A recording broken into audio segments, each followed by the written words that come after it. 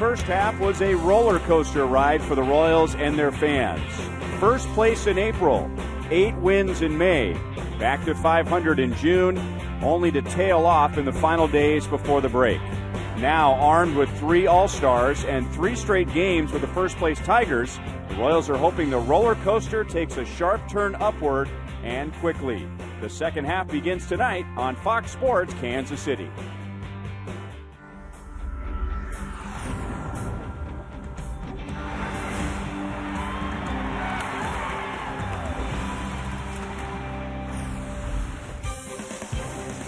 Royals baseball comes to you on a hot Friday night at Kauffman Stadium as the Royals begin the second half with a 3-game series against the first-place Tigers. Hi, everyone. I'm Ryan Lefevre. Welcome back to the ballpark. And the long Major League Baseball season is more than just one series or one homestand, but there's no way around it. This is a huge series for the Royals beginning tonight and a very important homestand with the Baltimore Orioles also coming to town. It's been a well-pitched series this year between the Royals and the Tigers, and we expect the same thing tonight with Irvin Santana taking the mound for KC.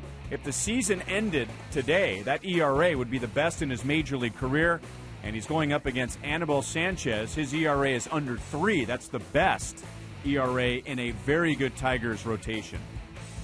And let's welcome in Rex Hudler. Surprisingly, this is the first time the Royals have seen Sanchez this year, but they certainly remember last year. Yeah, they do, as he punched out 10 against them last year using all 4 pitches. But really, it's easy to overlook Anibal Sanchez. When you have Verlander, you have Scherzer, 2 really good starters, this guy, he can get the job done. Earlier this year, as a matter of fact, he struck out 17, which is a Tiger record.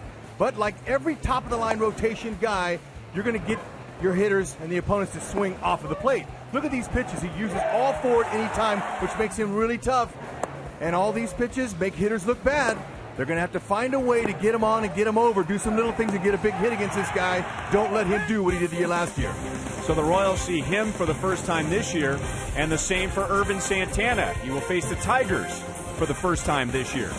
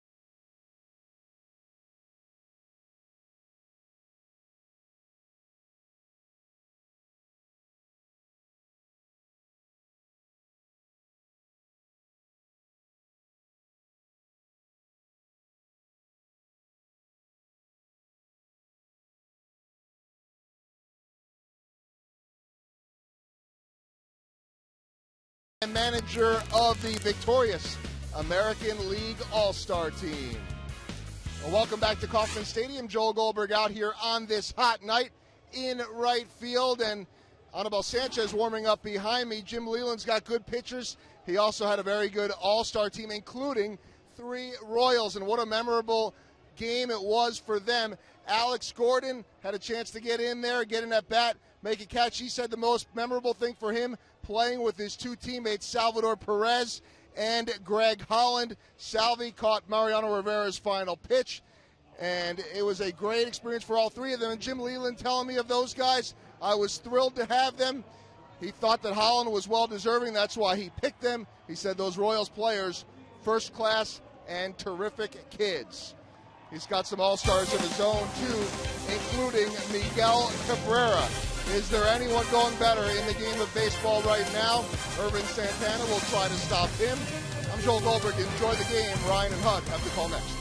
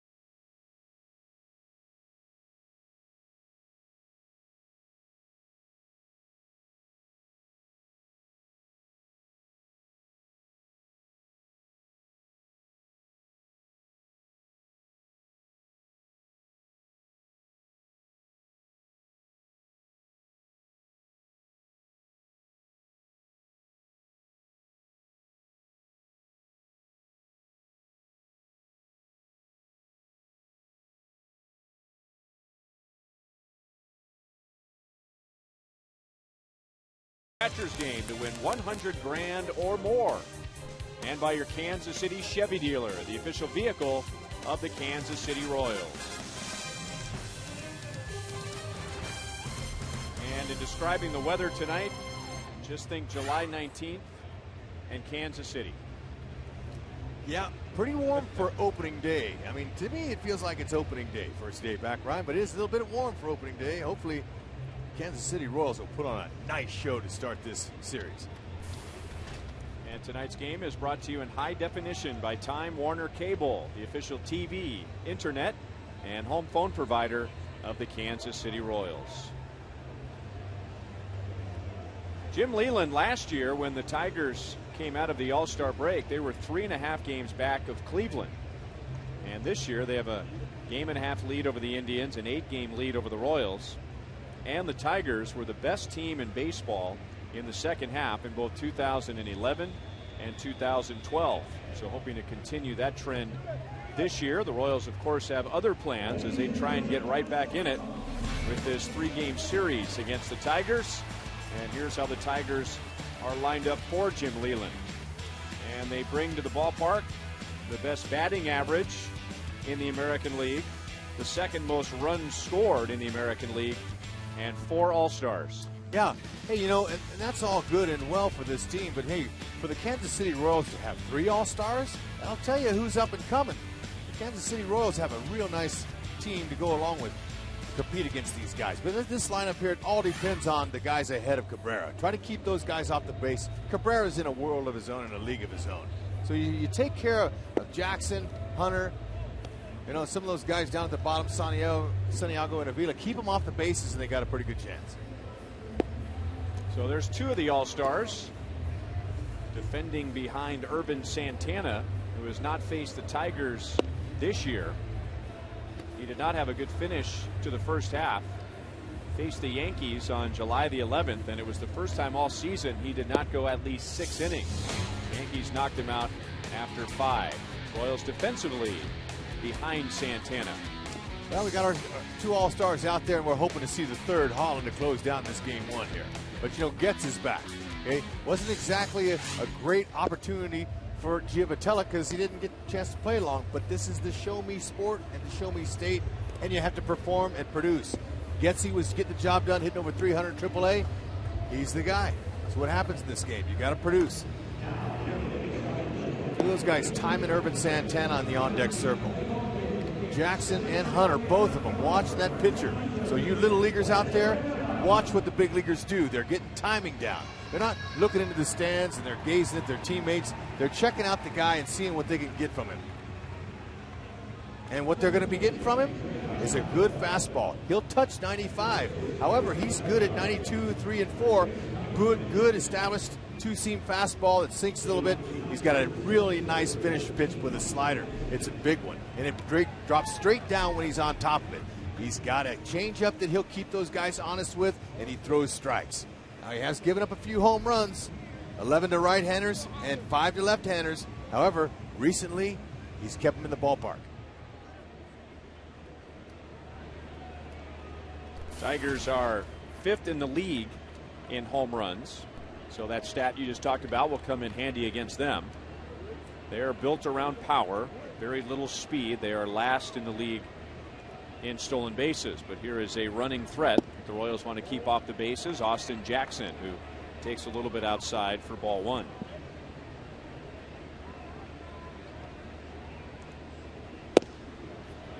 And now a strike, according to home plate umpire Kerwin Danley. I thought the first pitch was a better pitch than that one. It's called a ball.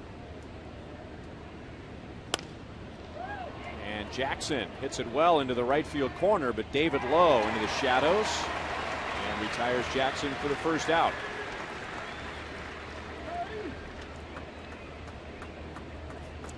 Urban, he's got confidence going. He's really having a good, solid season this year. But you mentioned that this is the first time he's faced the Tigers in that beautiful Royals blue uniform. When he was with the Angels, he had a nice record, 4-1 with a 2.65 ERA in 7 starts when he was with the Angels. So he's counting on building off of that confidence and that momentum.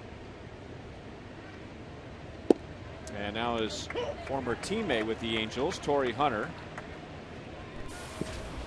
Last year, Torrey Hunter hit .313 in his final year with the Angels. That was a career high. And now doing even better this year, batting .315, and went to the All-Star game representing the Tigers. It was his 5th All-Star game appearance. 2 balls, 1 strike.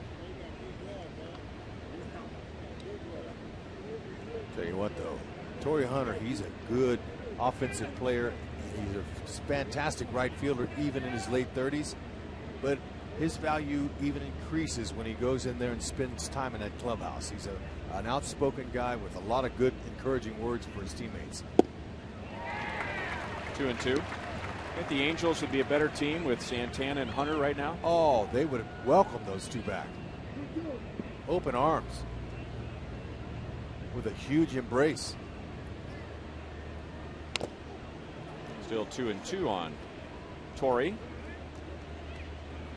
Torrey's only faced Urban 8 times. He's got a couple hits, 1 walk, and he's got a sacrifice against him.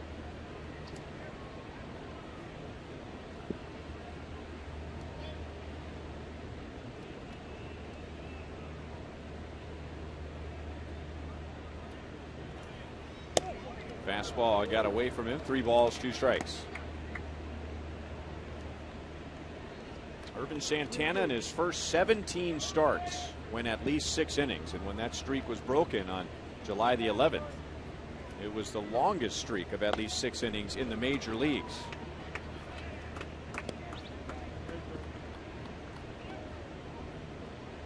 It's impossible for a guy to stay on top of his game every single start. However, Irvin Santana has been as consistent as any Royal starter this year.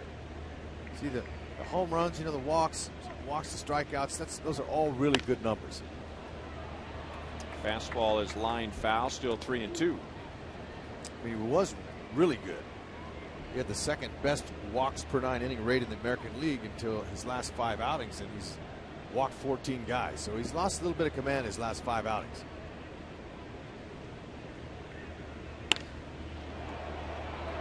Long drive to center field, and Lorenzo Cain at the wall, and he makes the play. And he'll be hearing about that from Torrey Hunter. Torrey Hunter was the player that Lorenzo Cain grew up wanting to be like, and that was very much a Torrey Hunter type play in center field.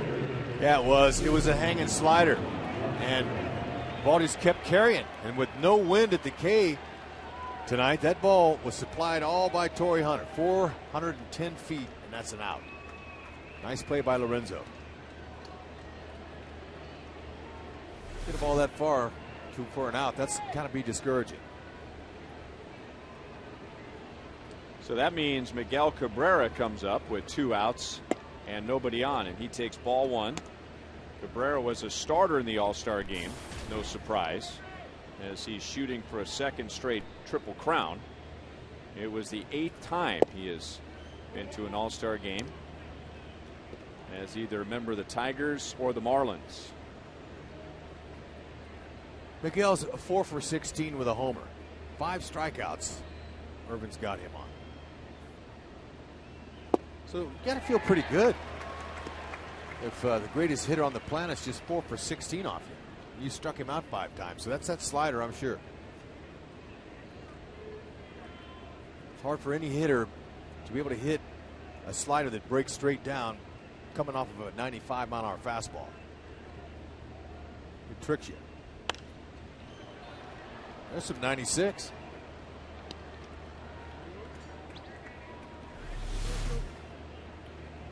All right, folks, we have the luxury of having the Phantom Cam. This is one of the newest innovative things in our sport, especially from the camera. It slows it down. 5,000 square. What is it? 5,000. You're thinking about your house. 5,000 square feet. Frames. Frames is what it is. That's another one. Tester in the sun. Got it. 3 fly ball outs. Santana gets Jackson, Hunter, and Cabrera. Way to go, Irvin. Stay on top of that slider, and you'll be fine. All 5,000 square feet of it.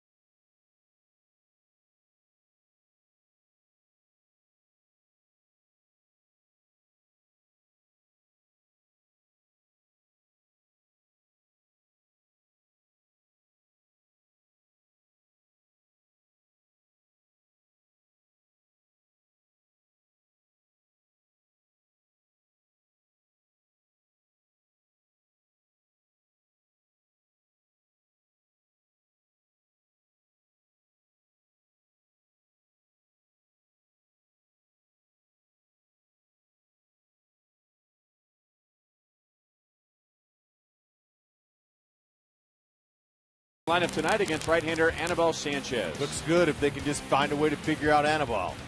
Gordon's got to get going. Alex, he's been struggling. Just 3 for his last 22 with 11 strikeouts in his last 6 games. They got to get him going. Alex, they need him. Anibal Sanchez is really good. He's got a nice cut fastball, big curve, slider change, all 4 pitches, and he'll use them all. Mixes them from the first pitch on. He's got a pretty good sinker. He's kind of a ground ball guy, pitch to contact. Doesn't walk a lot of hitters. So look for the first pitch fastball and don't miss it. Alex looks at a fastball at 93. 283 batting average, 9 home runs, 49 driven in, and 5 RBIs against the Tigers, which included his first major league grand slam. And Sanchez back with a changeup, and it's 0-2. There you go. He's going to mix them all, use them. Smart pitcher. When he's behind in the count, and the hitter's got a nice 3-1 count or 2-0 or any good hitter's count, he throws backwards. He'll throw his changeup and his curveball and his slider in most fastball counts.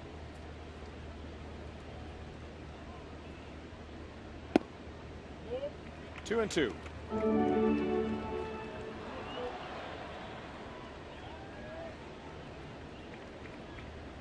1 for 6 lifetime off Sanchez is Gordon. And Alex takes a count from 0-2 to 3-2. Sanchez, normally with good control, doesn't walk many, big strikeouts. And Hud told you at the beginning of the broadcast, he had a 17 strikeout game earlier this year. That was a Tiger team record. It's unbelievable. Hit hard. Ooh. And off the knee of Santiago, the second baseman, and all the way out into right field.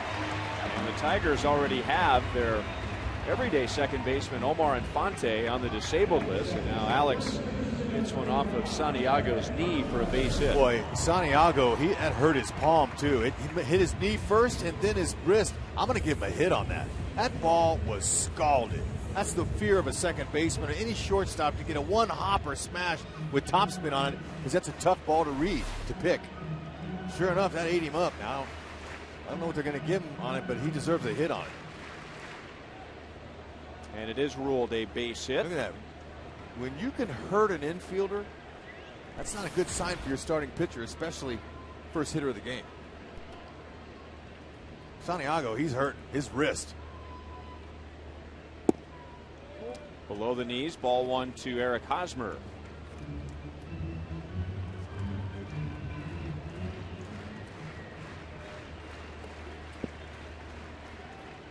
Omar Infante on the disabled list with a sprained ankle, taking a hard slide from the Blue Jays' Colby Rasmus. 1-1 on Hosmer, who has gotten a little better every month. And so far this month of July, is hitting .327. His bat is at a really nice flat angle across the plate. Whenever he swings, he's got a very good plane. And his increase, that's exactly what you want to see. They don't ask you how you started the season, they ask you how you finished. And when you build like he's building, hopefully he'll continue and carry this team to a nice above 500 record. Hit very hard to center field, but right at Austin Jackson.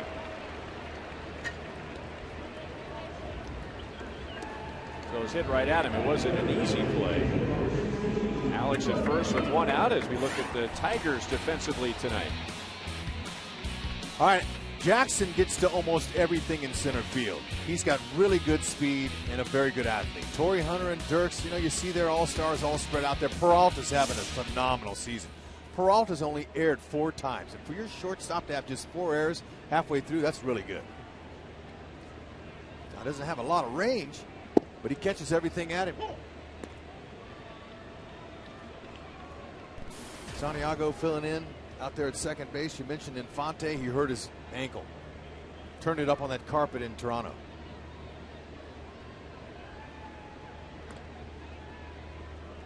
Two batters, 2 scalded balls.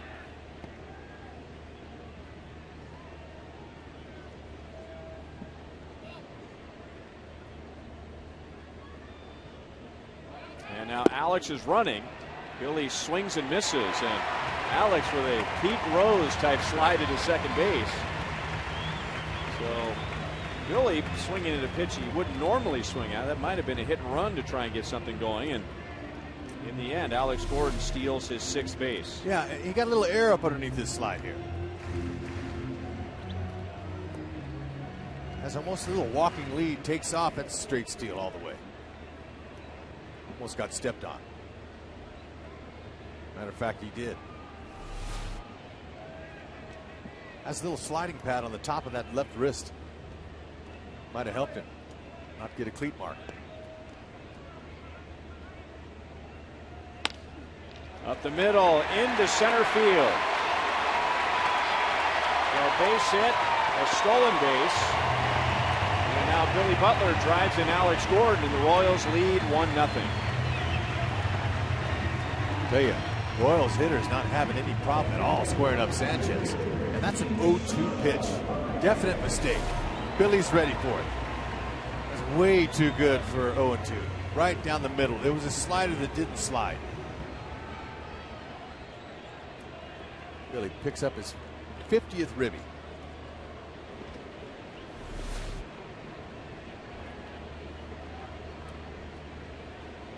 And now he's on for Salvador Perez. He takes inside, ball 1. Salvador singled and scored a run in his appearance in the All-Star game, and then of course had the great thrill of catching the final All-Star inning for the great Mariano Rivera. And you know how passionate Salvi is. He told me before the game he was animated. He's talking about how when they gave him, we've never seen it before in an All-Star game, when the great Mariano took the mound, no one took the field. And after his big ovation, he needed a catcher. He wanted somebody to warm up with. So he's looking at Salvi going, come on, let's go. Get out here. Salvi didn't know. He's caught up in the moment. So he had to run out there, and he caught him through the warm-ups. He said it gave him goosebumps. And he's explaining all this with his hands flying in the air. And he's, Salvi's got a lot of passion. But I credit him for being able to slow it down when it comes to hitting. Look at him. He's not even breathing hard. He's focusing. You have to be able to have the ability to slow everything down when you get in that batter's box. That man right there, he knows well about the Kansas City players out there. Has a lot of respect for them.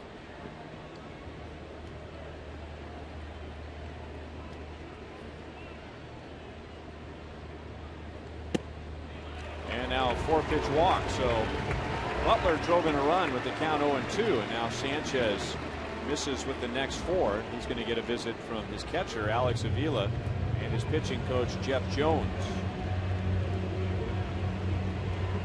And we showed you Sanchez's numbers when we came on the air tonight, and if you look at his whole season, they are good numbers, but over his last 3, he has not been so good. And if you go back to June the 15th, he only went 3 2/3 innings. His shoulder began to bother him, so he was on the disabled list. And then the 2 starts since coming back from the DL, he hasn't gone more than 5 1/3 innings in the first 2. Royals could be catching him at the right time, just as he may have been getting back into his normal rhythm. Then the long break. So far, they're not missing anything.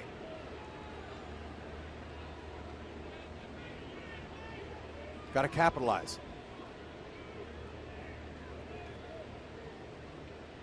Two on, 1 out for Mike Moustakas. And he grounds it right to Peralta. Santiago for 1, Santiago to Fielder for 2. So the Royals get a base hit from Billy Butler, driving in Alex Gordon for a 1-0 lead.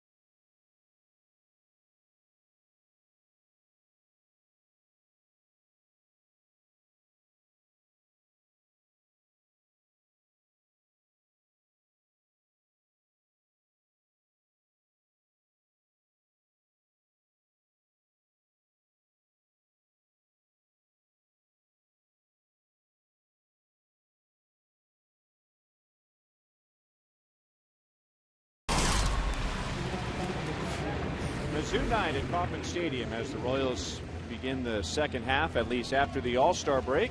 3-game series with the Tigers, the Detroit Tigers that is, so good time to have Mizzou night. And later on we're going to be visiting with Henry Josie, junior tailback for Gary Pinkel's Missouri Tigers. Talk about the upcoming season. So little splashes of yellow here tonight amongst a lot of blue, and it is a big crowd, a near sellout. So the fans greeting the Royals with open arms after the All-Star break. A hot night, but a lot going on here tonight. First place team in town, the Big Slick Celebrity Wiffle Ball game, and Joel is going to be visiting with Jason Sudeikis, Paul Rudd, Rob Riggle, and others later on. We have fireworks after the game, Buck night, Mizzou night, you name it, we've got it. It'd be wonderful, especially if the Royals can win it. Getsy's playing Prince in shallow right, second baseman. Now, the outfielders just swung over a little bit. David Lowe, he's not exactly playing Prince fielder to pull and right. He's way over towards center field.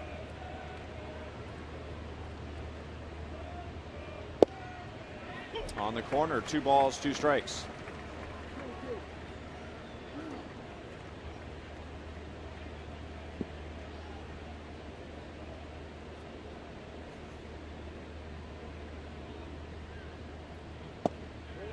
And just missed the corner. And when Santana has missed tonight, he has just missed the corner. Home plate umpire Kerwin Danley in his 17th year, calling balls and strikes tonight here at the K. Now Getz has to charge in from the outfield grass and throws outfielder for the first out. So the first ground ball out tonight for Santana after he kept the outfield busy in the first inning.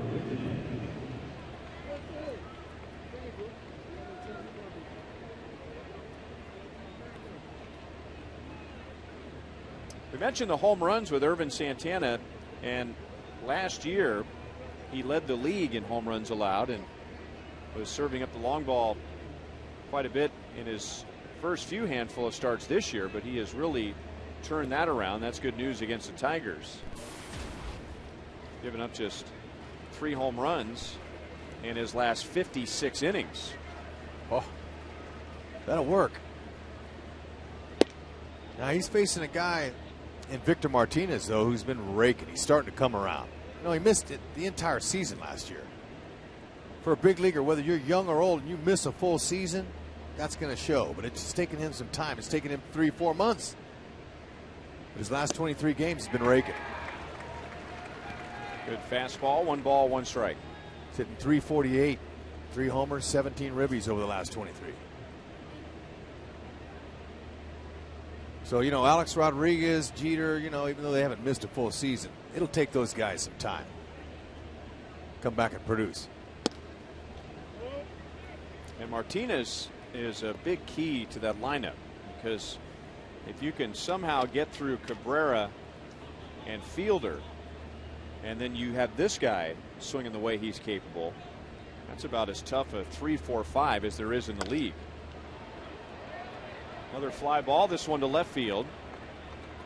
And Alex brings it down for the out. So a good start for Santana. He's retired the first 5 tonight. Alex was saying, you know what, that's a routine play, but sometimes if that ball hits in the heel, it'll pop up and out of your glove. He caught it just in time before it popped out. Watch this. Hits in the heel. Whoop. Ooh, better close it down. He's saying, all right, I got that. And the Phantom Cam got him. Nice shot. How many frames per second? In the nighttime, 3,000. There you go. Daytime, 5,000. Don't ask me the difference. Why? Well, 2,000 would be the difference. No. But I mean, why in the daytime it's 5,000? Maybe it's brighter? I think the lighting, yeah. Depth of field due to the light. But regardless, that type of technology has really educated our fans. We're seeing stuff we've never seen before. Santana just standing and waiting on Peralta, working with a very quick tempo. 3-pitch strikeout. So Peralta is down, and Santana has retired the first 6 Tigers tonight. Woo! That's why they call him Magic.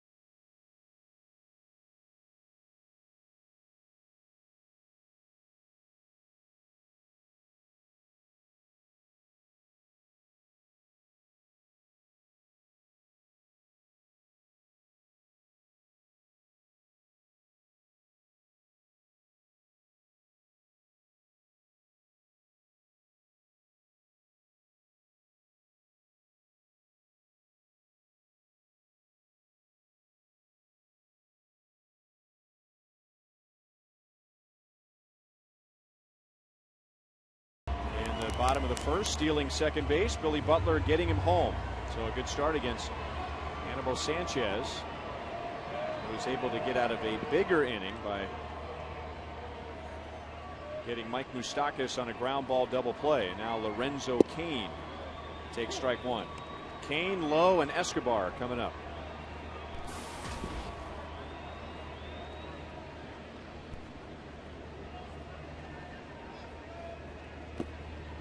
One and one. Last time the Tigers were here was in June, and the Royals took 2 out of 3 and won the final game in dramatic fashion.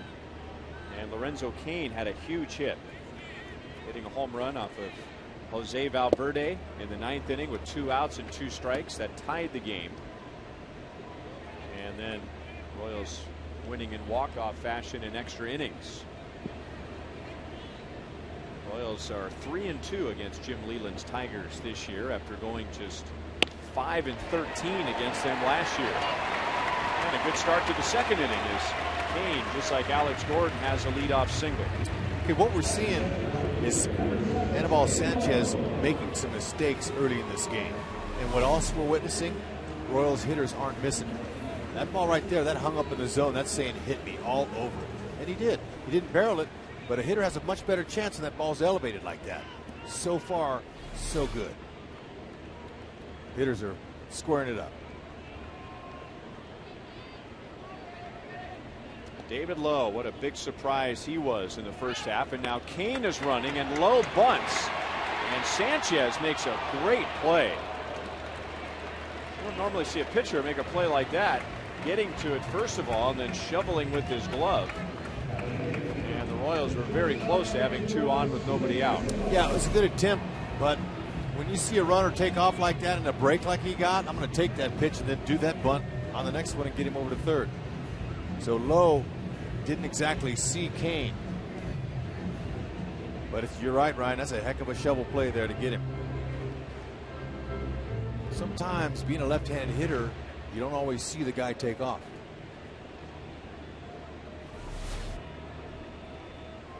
Royals really trying to put the pressure on Sanchez. They had Gordon running in the first inning. They had Cain running in this inning. And now runner in scoring position for Alcides Escobar, who had a very disappointing first half of the season offensively, but finished on somewhat of a strong note as he drove in 6 during the Royals road trip in New York and Cleveland leading up to the break. He told me for the second half, and I asked him, what do you need to do in the second half? Because I need to stay healthy like the rest of my teammates, but I need to focus a little bit more offensively on what I can do to help the team. Now, I was like, wow, well, good luck to you, man. Have a good second half. Because, you know, when there was no baseball for the last week, had a lot of highlight tapes of the plays of the first half of the season. Escobar was in about 4 or 5 of them. He's brilliant defensively, and they need that defense, but they got to have his bat.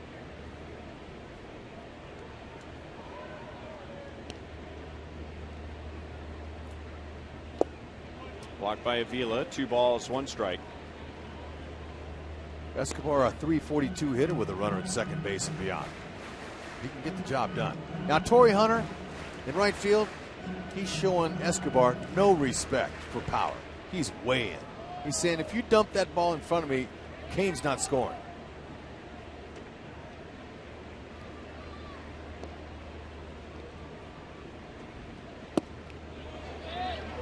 And he went too far, so not happy with that. That pitch was not a strike, but Escobar chased anyway, and the count goes to 2-2. If you can be selective, you might get him his pitch count up and get a few walks.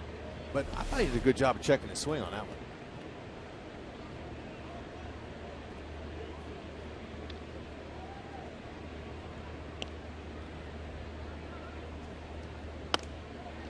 And to the right side, didn't hit it very hard, so Fielder goes to the bag himself.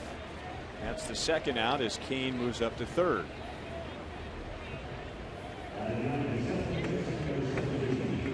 Oh, he told you everything that's going on at the ballpark tonight. Tomorrow is the third and final bobblehead of the Hot Dog Derby Series, and the first 10,000 fans through the gates will receive the Relish bobblehead, courtesy of Hy-Vee and Farmland.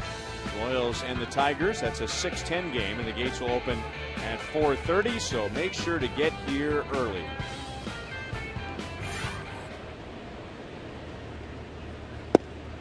And a strike to Chris Getz. Called up from AAA yesterday. Johnny Giavotella heading back to Omaha.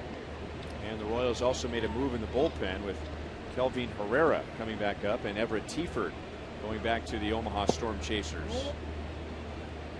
1 ball, 1 strike. Chris Getz, in the first 2 weeks of the season this year, he was involved in a lot of good things for the Royals. If they can get him hitting like he's capable about, load line drives, balls down, finding holes, he'll be productive. He's a very solid defender. But you got to produce offensively for Ned Yost and the Royals. It's like his stance is you know, we saw him standing straight up at the beginning of the year, and he's back down again, and now he looks like his bat angle is a little bit different, but he's got some bend in his knees. No swing. Wally Bell, third base umpire. He's kind of in between now. He's not quite in the deep crouch like he was coming out of camp, but he's not completely upright. And it really seemed to me, Hud, that the last week before he went down, he was trying something different at the plate every night. You want to make adjustments, but you don't want to take yourself out of who you are. You got to be comfortable. You got to, find something and then stick with it for a while. Because you can go over when a pitcher's got his best stuff. You're not hitting it. No one is. So it's not the time to panic and change your stance around.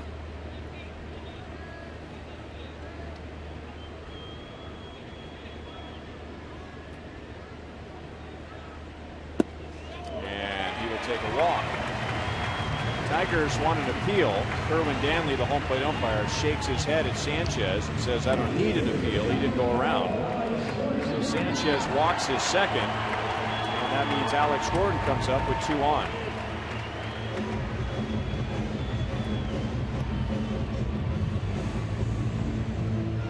Alex hit a shot to the second baseman Santiago in the first inning that went off of Santiago's leg and then wrist. They It was ruled a base hit. Alex stole second. Billy Butler got him home with a single.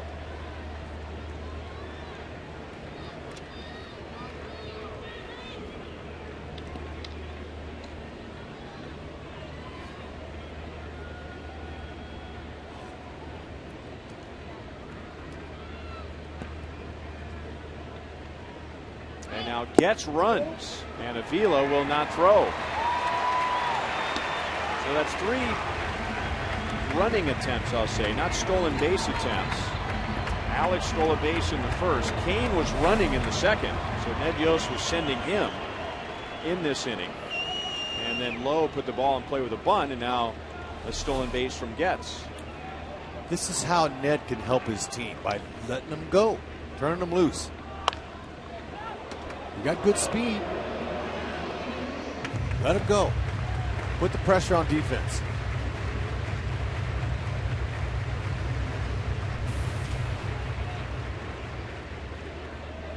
So Alex is hitting .285 altogether, but with 2 outs and runners in scoring position, and there's 2 runners in scoring position here. He's hitting .344.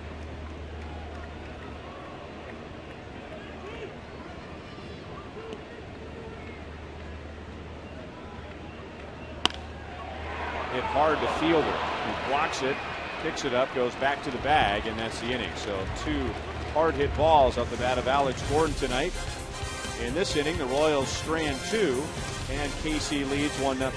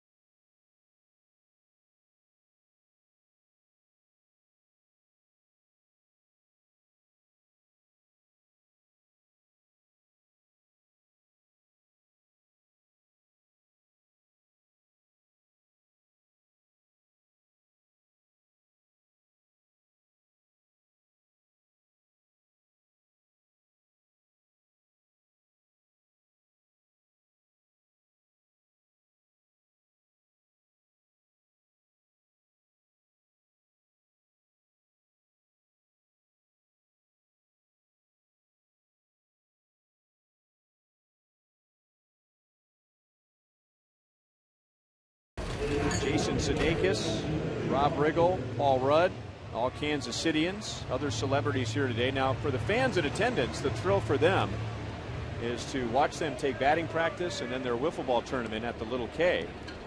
But the thrill for us on Fox Sports Kansas City every year is when we go down to the dugout suite and visit with Joel, who's down with all the celebrities. Ryan, thanks, and we never know exactly how this is going to go, and that's the beauty of it. As always, joined by Paul Rudd, Jason Sudeikis, Rob Riggle's down there, and hey, there he is. Big Slick 4. What do Yeah. you think? What do you guys think? And thought? Can anybody give a weather report first of all? Hot, muggy. Sweating. It's Kansas City, baby, in July. It's on. It's slick. Yeah, I think it puts the slick in Big Slick. Actually, I gave people advice. I did the weather the other day, and I said just wear mesh. That's your best bet. Yeah, it's an all mesh day. It's an all mesh day. Work that Yeah, I mic think for it's us, a- Jason, if you could. Oh, sorry. Shall I hold it? Isn't it? It's a stadium blanket day, which I thought was a weird choice to go with. It's the second time. Let me ask you something. It's the second time I brought that joke up. Is it any good? Is it better the second time it's around? good. Yes, it's good. Stadium blanket. Yes. Let me ask you this. I'm going to go with the third time. throwback wool unis that we went with today. How was that? Was that right? Perfect. Yeah. It delivers everything. I love it. Never gets old. Paul, I think that this is the second time that we have seen you still wearing your batting practice attire. You wore the whole jersey the whole night a few years ago, right? That's right. I don't change. You don't need to, friend. Look at this. Thank you. Thanks a lot. Never changed. Never You know what? change, Paul. You remember? I heard that Billy Joel song once.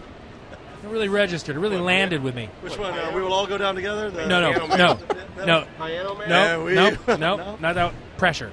Oh, there Yeah. it is. Yeah. There it is. No, but I've got my stirrups on. They look like You got a full uni. I've got a full uni on. We actually did the first big slick. We all did full unis. We went full uni. And by the way, this is from the first big slick. And I thought, what else am I going to get to wear stirrups? I don't care if it's 120 degrees. Exactly. I don't care if they look like leg warmers in these shorts. Hey, a few years ago, you were harassing Gene Lamont. He's no longer the third base coach, unfortunately. Yeah, He's the we bench know. coach. He's a bench coach, which he's just right down there. Lamont! Show yourself! By the way, just because he's now the bench coach, not the third base coach, doesn't mean that he still isn't the Darth Vader of baseball. That's right. Dun, dun, dun, dun, Dun, Gene Lamont. Gene Lamont. Dun, dun, dun, dun, Gene Lamont. Gene Lamont. That's- Gene Lamont. Verse 2. Gene Lamont. We have to pay for it now. Hey, I also noticed. Calm down, Detroit. Oh, we got a Detroit. We got a Detroit. We got a Detroit fan over here. He's like, not funny on the Gene Lamont. Two Detroit fans. Oh, you put rally caps on us. Lorenzo Cain in center field, shagging like you guys were today. That's a little bit. I will say he's just a tad faster than we were. He's got a lot of speed, a lot of foot speed. Foot speed. The first step's the most important. Am I right? Actually, it's the second, third, fourth, and fifth steps that are the most important. That's what I've noticed in most races. First doesn't matter. First, I'm just as good as most people on the first step. Throw away the Second- first. Second, third, fourth, fifth, sixth steps. That's where I get lost a lot. That's where where you lose the race, that's really where usually. they make up the ground. There's 2 outs, so I want to make sure we get a plug in for the poker tournament and the big event tomorrow night. I also hope you have a chance to. The crew chief is at third base, Wally Bell, and he keeps looking over at you guys. Wally. You should be afraid of us. We're bringing that Royals heat tonight. And I mean literally. Literally. From the sky, Yeah. oppressing him down. Oh, we got a broken bat. Oh, shattered bat. You got a broken bat. Last person to do that. Uncool. Last person to do that I know, Yeah. Olivia Wilde in Olivia batting Wilde, practice batting last year. Last year she broke a bat in batting practice. That's It's right. true. I've seen photos. It's a true thing. Big Slick. Big Slick. It's coming. It's this weekend. It's a lot of fun. We raise money for Children's Mercy Hospital. They do amazing work. We Got an come out online here. auction now. We have an online auction. We have a live auction and party tomorrow night. We have a poker tournament tomorrow at Harrah's. It's for Kansas City. We love Kansas City, and it's a great event. You could go to bigslickkc.org, and that will give you everything you need to know. And I asked you 3 in the pregame show to compare your baseball talents that we saw in batting practice to current or past Royals. And I know, Rob, you went with Brett Saberhagen because he threw 100 pitches. And You know Jason, who I'd like to change? you want to one. change from Hosmer to who? I want to change to Gino Schiraldi. Really? Bold choice. Well, I know he's a Bold coach. choice. I think I'm more. And of a, if more you're of a going soft- Gino And we gotta Schiraldi, go I'm to going Brett- Enzo DePayday. Enzo to payday. You did say Cookie Rojas I because, said Cookie Rojas because I ate a bunch of cookies. and there you have it. But you know what?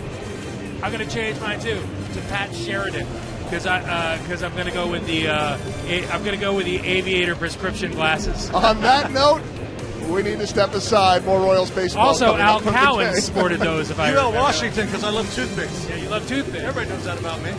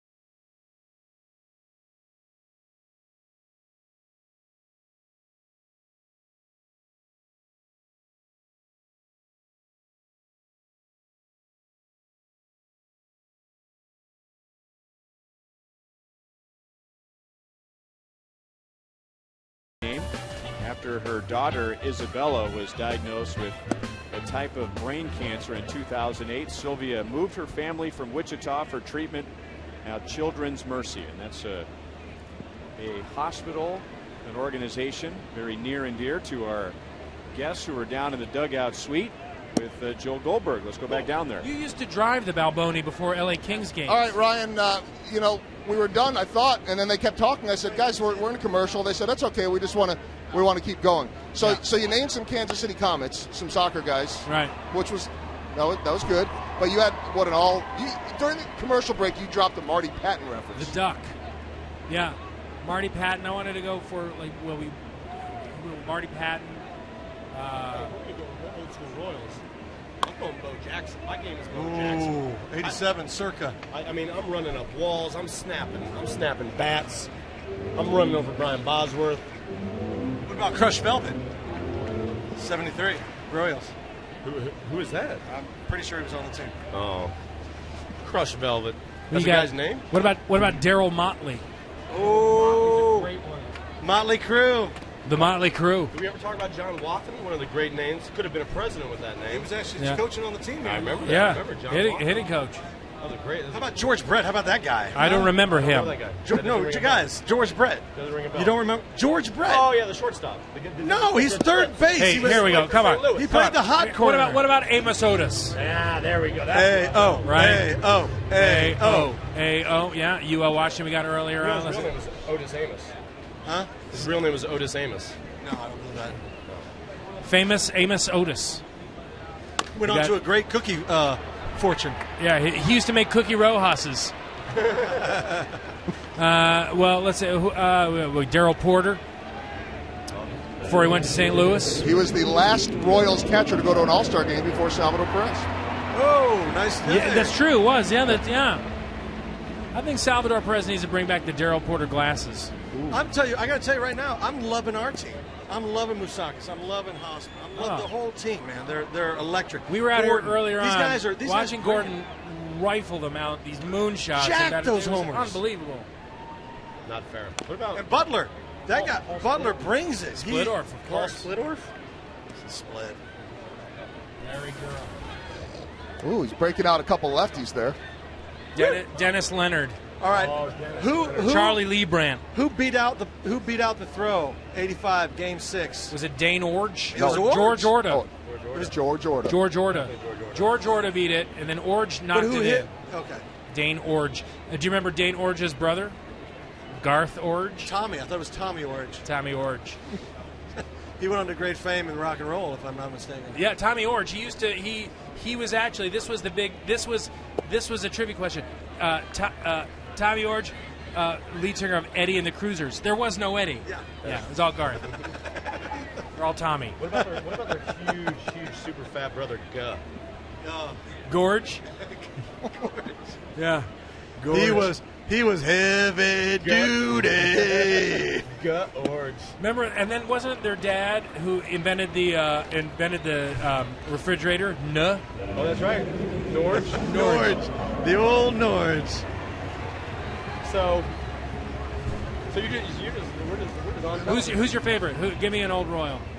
An old Royal. Yeah.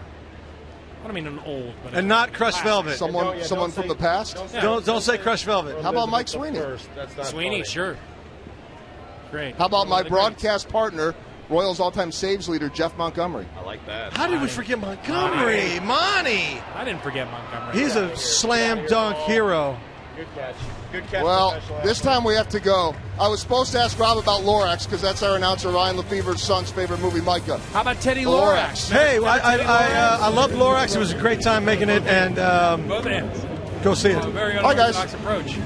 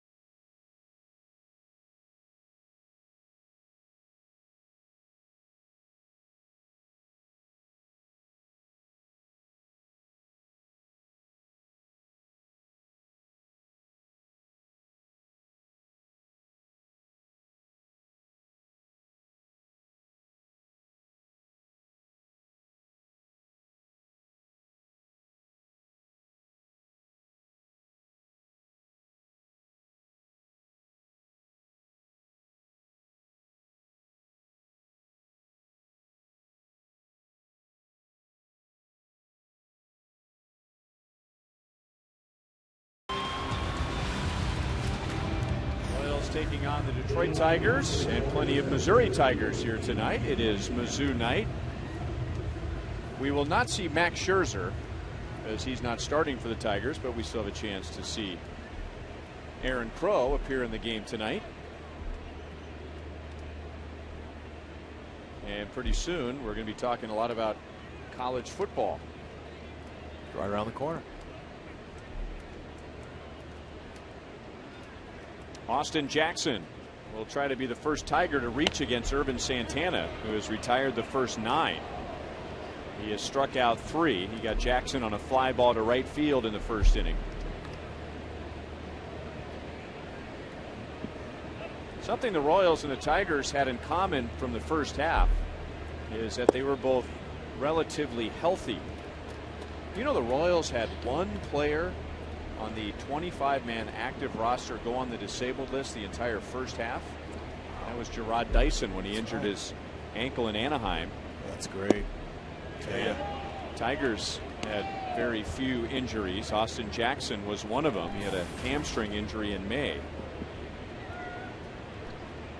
That's pretty remarkable. It is, because lots of times those things are out of control. You never know when it's going to happen. Any little freak thing goes wrong. In baseball, there's a lot of things that can go wrong. I mean, Joe Girardi, he experienced all of it, and it started in spring training and still hasn't stopped. 4 strikeouts for Santana. Now he's retired the first 10 tonight.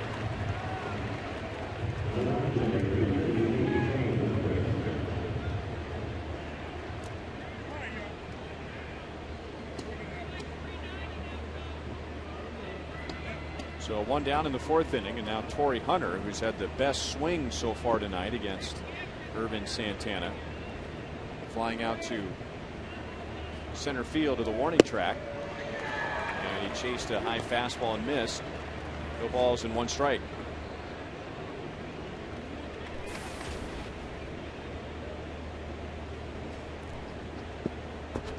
Other than that, it's been a pretty easy game for Santana and the Royals defense. And a hard slider is down and away. No balls, 2 strikes.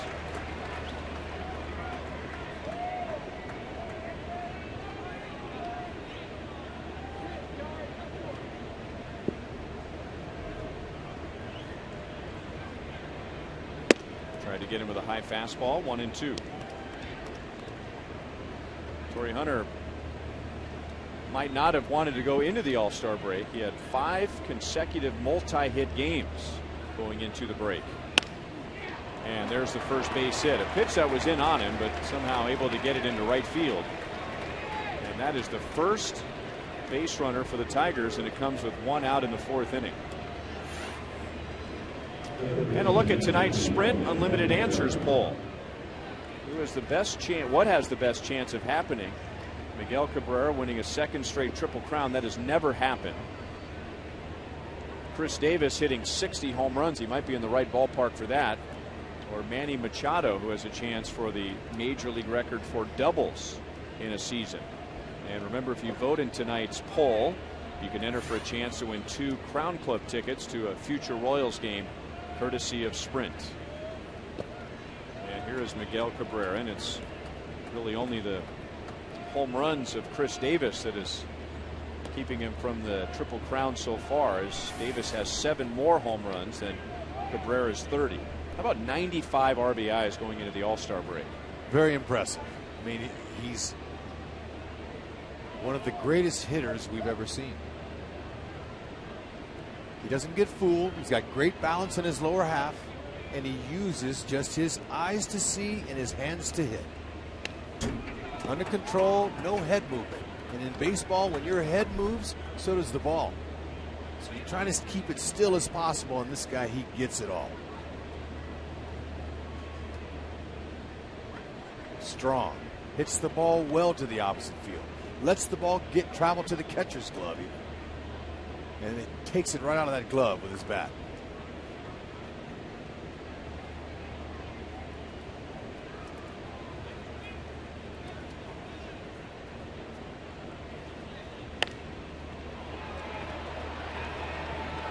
Hosmer runs to the camera bay And it's just beyond his reach.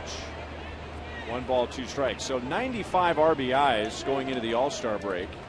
Where would that rank in Major League history? The answer would be 5th all time. And of course, it always depends when the All-Star break comes. This year we were a good 10 games past the midway point, but still. Hank Greenberg, the former Tiger, 103, and then more recently, Juan Gonzalez had 101 with the Rangers in 1998.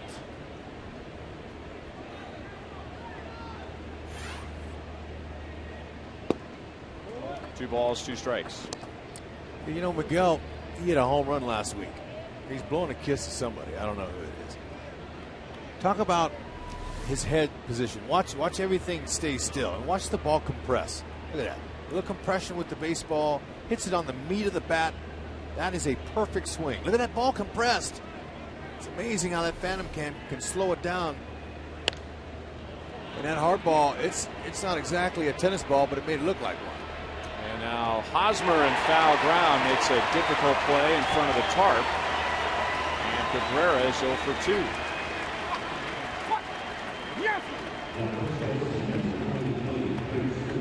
Nice play. You know, that baseball, though, Brian, you know, it hurts when it hits you, and it's hard.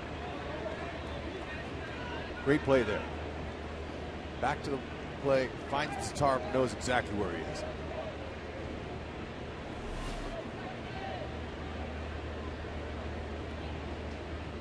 So it's Fielder who grounded out to Getz, who had to run in from right field to get to it.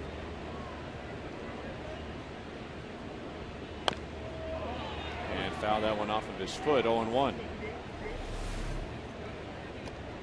Okay, the pop-up that just happened. That is not on the sweet part of the bat. And that's what pitchers try to do. Keep it away from the barrel.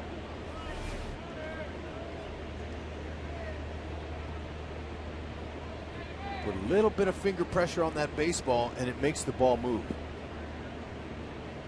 And when you do that consistently and you're one of the best in the world, you get paid for it. It's a beautiful thing.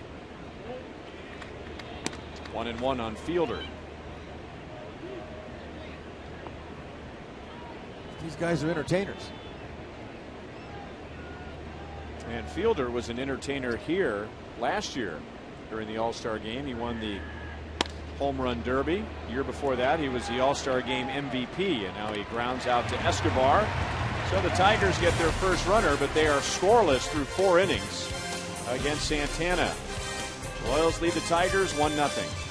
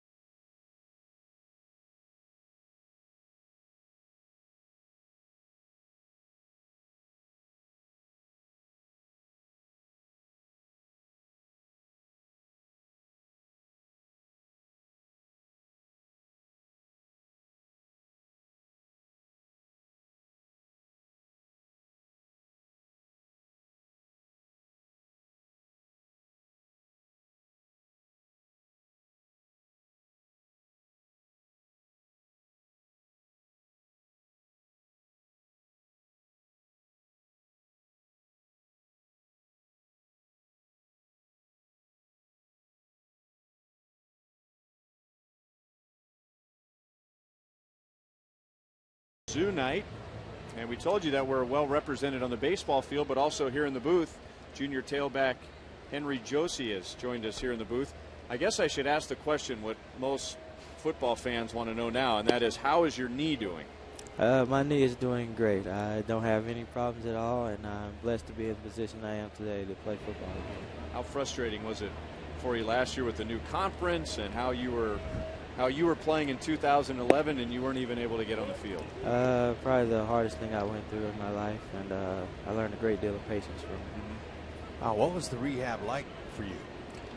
Whew. Was it 3 hours a day? 4 days a week? 5 hours a day, and I would say I go in there at least 2 or 3 times out of the day to do rehab. That made you better. Oh yeah, it made me a whole lot better and stronger as a person. So Adrian Peterson give you any encouragement? Great running back for the Minnesota Vikings. Yeah, he gave me a lot of encouragement. When I seen how he came back from his injury and his workouts on TV and just him having a great season like that, that was a big motivation for me. Now, what can you do with an injury like that? I mean, camp's coming up pretty quickly here, right? Yes, it is. August 1st. August 1st. I mean, we're just a couple of weeks away from that. As Moustakis is going to drop that one on the warning track. Cabrera was the closest coming out from third base. What are some of the things that you can do to test a severe injury like that to make you feel like you're ready to go and you put the pads on? Mostly just simplify things for myself and then make things game speed for me in practice. And just trying new things and seeing how this feels, that feels, cutting, doing some crazy stuff at times, but also being safe with how I'm doing things in practice, because it's not really the game, but it's practice. That's what it's for. Maybe one thing if a lineman was coming back from a knee injury, but they're not moving around and having to make the type of moves that you have to make at tailback. Yeah, it's a big difference. Mike Moustakis 0 for 1, and now he will open the 4th inning with a walk. So that's a 3rd time in 4 innings that the Royals have had the leadoff man on. Now here we go. We're using Phantom Cam, and we'll let you evaluate your own throwing technique here, Henry. Oh, man, that looks great. It looks just like when I was younger, man. The pronation. Release the ball from the ear. Yep. See that fingers down like that? That is awesome. How about that tricep? What about that tricep right there? That's pretty large. You've been working that thing too? Yeah, throughout this summer I've been working. What's more important for a running back, upper body strength or lower? Lower, because you want to have that balance. So when somebody hits you, to bounce off of and keep going. And also you need a balance of upper and lower body. What's your favorite play? Your favorite running play? I don't have a favorite play, but it's any type of running play. Sweep, or when you go up the middle, you got to find him the ball. Yeah, you got to find a hole quickly when you get in the middle. I love going inside. I mean, that's real fun, and you get to see people's eyes get big when you come to there. They're not expecting you to do the things you do, and then you go right past them. Sweet. Now, even though you didn't get on the field last year, the move to the SEC was obviously a huge point of discussion. Was it the right thing? And of course, it means a lot here in Kansas City because of the rivalry with KU. But your teammates, how did they feel going to different cities and playing different teams and being in that environment? They were really excited about it. They loved the places they went to. It was a big change for us, but they enjoyed it, and I'm looking forward to being with them this year and being excited to go play in these places and also get that competition level that they've already seen that I have. Is there one game in particular or one place you want to go or one team that you're really looking forward to carrying the ball against? SEC teams. We owe them a lot. And they're a little underestimating us right now.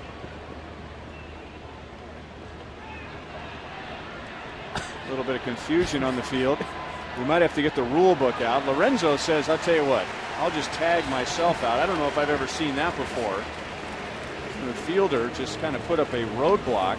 Everyone was looking around wondering if there was a foul ball call. And after checking in with all 4 umpires, nobody was saying foul ball. So I think Lorenzo decided he wasn't going to be able to run through Prince Fielder and said, I'll tell you what, I'll touch myself out. Henry, would you have run through Prince Fielder like that? Do you challenge guys when it comes to that? Like, you either can go around him, through him, or stop like Lorenzo did. That's a lot of guy to go around. I'd probably take my chance, try to run him over. Really? Yeah. I like that. He wouldn't expect it either, so it'd be funny. Yeah, now, would you see Fielder's just saying, come on, let's get it over with. So, he's tested. Yeah. Would you put your forehead in the guy's sternum and try to run him over that way? Yeah, definitely. That's what they teach you, right? Yeah, I have to give it to him. Like it. Here's David Lowe, who is a football player. Henry Josie. Now, we were watching you throw out the first pitch. Did you play baseball at all in high school? Yes, I played baseball all the way up to high school. I stopped, and then I started my little football career. Your little football career. That would be leading the conference in rushing before he injured his knee a couple of years ago, Hud. Oh, man. And 5th in the nation. Whoa. Yeah, That would be his little football career. nothing major, just football.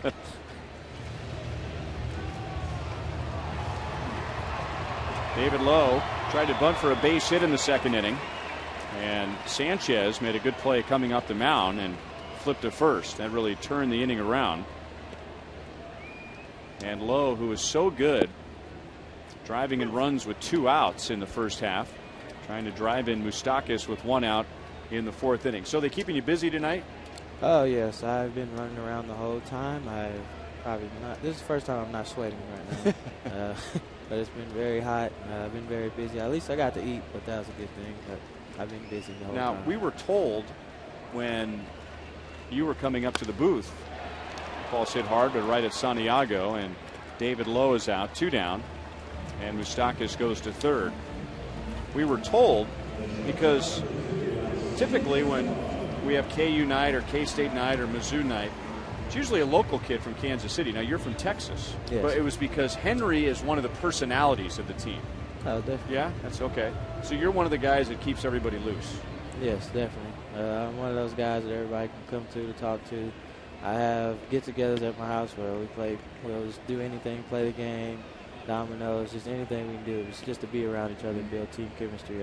Those guys look up to me a lot, and I try to just keep building our team chemistry so we can have a great season like I know we can. Strike 2, Alcides Escobar. Live in a dorm, apartment? No, I have a house. You got a house? Yes. Dig yourself. How many rooms you got in? How many roommates? 3 bedroom. I have 2 other roommates. All right. It's awesome. How's your study? Can you get Now, get work done? Henry, I got to tell you, Rex didn't go to college. Okay, and if he did, it would have been back in the 40s or the 50s or something like that. So he doesn't understand that we've evolved away from dorms and apartments, and that people live in houses. Wow. I mean, I lived in a house in college too. So That's advanced for yeah, me. yeah. It is. It's a great plus to be in your own house in the dorms. But now, does it get noisy in there? Where do you study? I know you gotta bring in academics. Yes, I get my studying in, but sometimes I just come home and just play around. I mean, most of the time we can study at our training facility, and that's where we get most of our work done. You have tutors? Because Yes, I would have need a bunch tutors. of them. Yeah, I'm a tutor guy. Okay, so love you tutors. rely on them.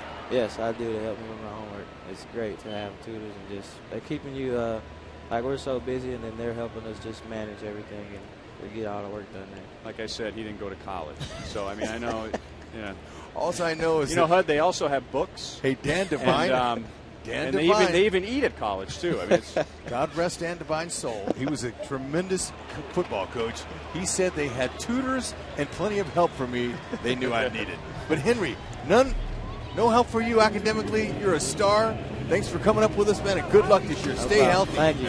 Appreciate it. good luck to you, Henry. Well, 1-0 Royals.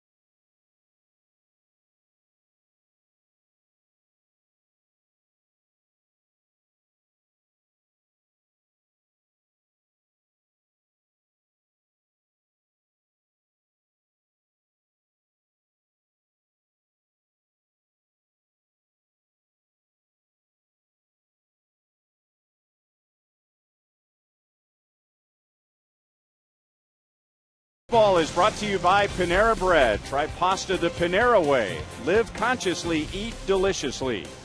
By Ford, see the new F-150 at your Midwest Ford dealer today. And by AT&T UVerse TV. Check availability at 1-800-PIC-ATT. Rethink possible.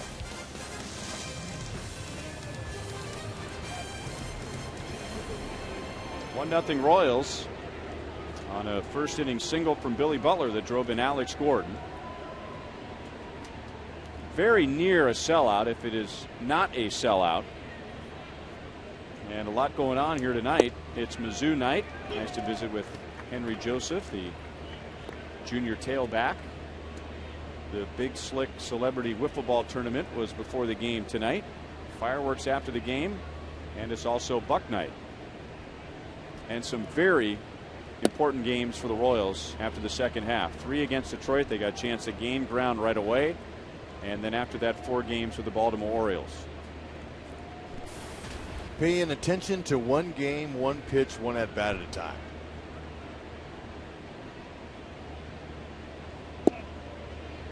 One and two on Victor Martinez. Urban Santana did not allow a base runner until 1 out in the 4th when Torrey Hunter singled, and then he retired the next 2. Cabrera and Fielder. He's retired 12 of the 13 he has faced tonight. And now 2-2 against Martinez.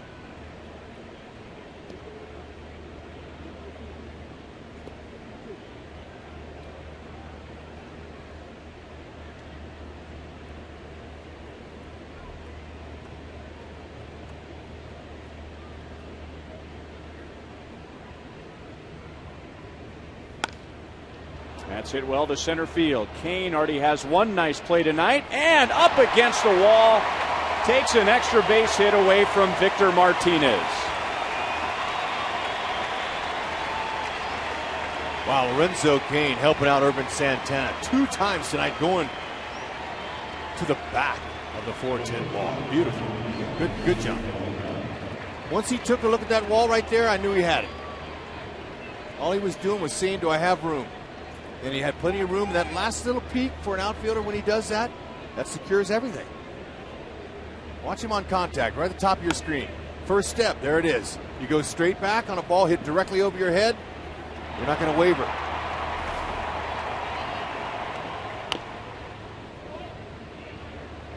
Kane made a nice play back in the first inning against Torrey Hunter, where he had to go up against the wall.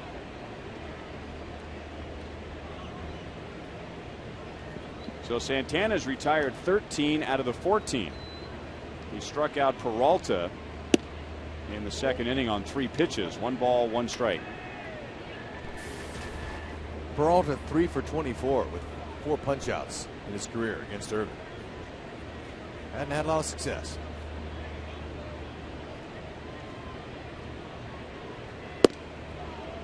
Backed him off the plate, 2-1.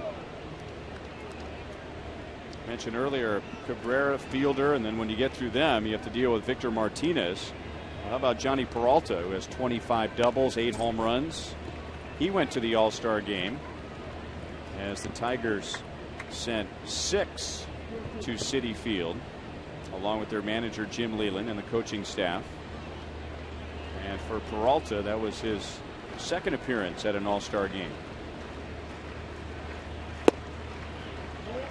Yeah, no, he's having one heck of a year. You mentioned the doubles, ranked second at a shortstop with 40 runs scored, 103 hits, 8 homers. He's did it by slowing everything down. Jammed him. Escobar throws him out. 2 down in the 5th inning. Well, parents, we hope you'll bring the kids out to the ballpark on Sunday. It's Kids Fest, and this day we will pull out all of the stops for the kids. Entertainment and activities and the outfield experience before the Royals take on the Tigers. And the first 5,000 kids, 14 and under, will receive a Slugger Bank, courtesy of the Kansas City Zoo. The gates open at 11:30 for the 1:10 game. Kids Fest on Sunday. Ball one on Andy Dirks. 2-0. Dirks struck out against Santana in the third. Now 0 for his last 11.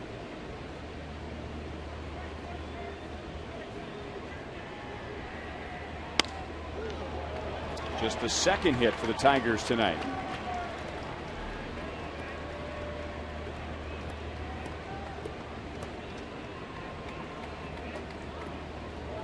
And as we look at the radar gun tonight, our Time Warner Cable pitch speed comparison. Anibal Sanchez 96, Urban Santana 96. To match the temperature in Kansas City today, it was hotter in some areas. You can get downloads up to 50 megabits per second with Time Warner Cable Ultimate Internet.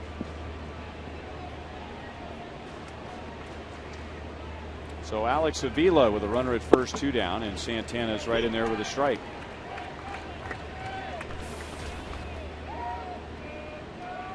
Avila flied to center in the third inning. Santana began the game tonight by retiring the first 10.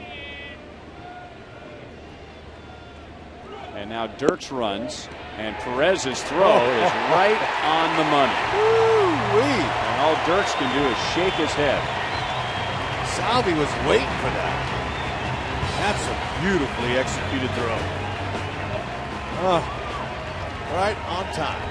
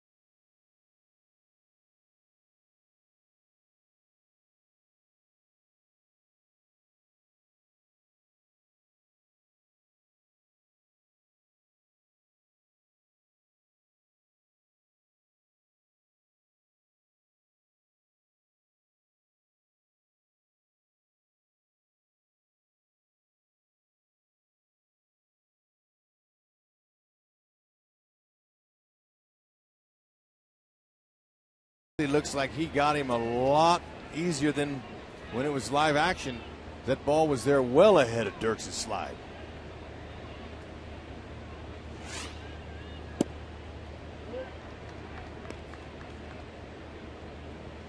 What a beautiful transfer from glove to hand. I can see if Phantom Cam could catch that.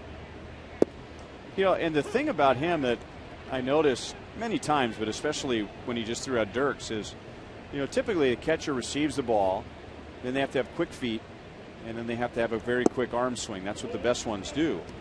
But with Perez, at times, he is beginning his footwork before the ball even hits his glove. I mean, he's already getting into a good throwing position. It's not like catch, legs, arm. I mean, it's legs, catch, arm. A lot of that's gifted. Okay, this is not Phantom Cam, but watch him. He's already moving. See, he's already coming up and moving, and he's getting that back leg down. The footwork is really important for good, accurate throws. And Salvi, he's got a great arm, but the location where he puts that ball, it always tails right into the first base side of second base. That's where you want the ball. On the ground to Fielder. He'll hang it in the air for Sanchez, and Chris Getz is out after walking his first time up. now the top of the order. The Royals have rolled out a new interactive fan engagement program called Royals Rewards. You can earn points for online ticket purchases and social activity with the club's digital platforms like the team website, Facebook, and Twitter pages. Fans can then redeem points for prizes and special experiences.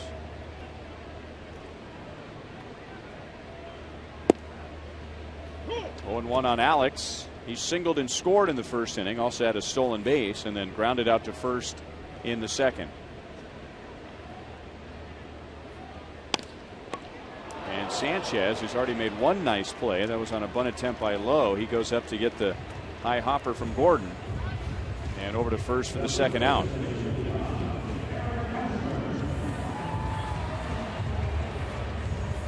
So he hasn't been the strikeout machine that he has in some games, and we told you about the 17 strikeout game earlier this year. Just 2 strikeouts in 4 2/3 innings. But he's only given up 1 hit since the Royals scored that run in the first.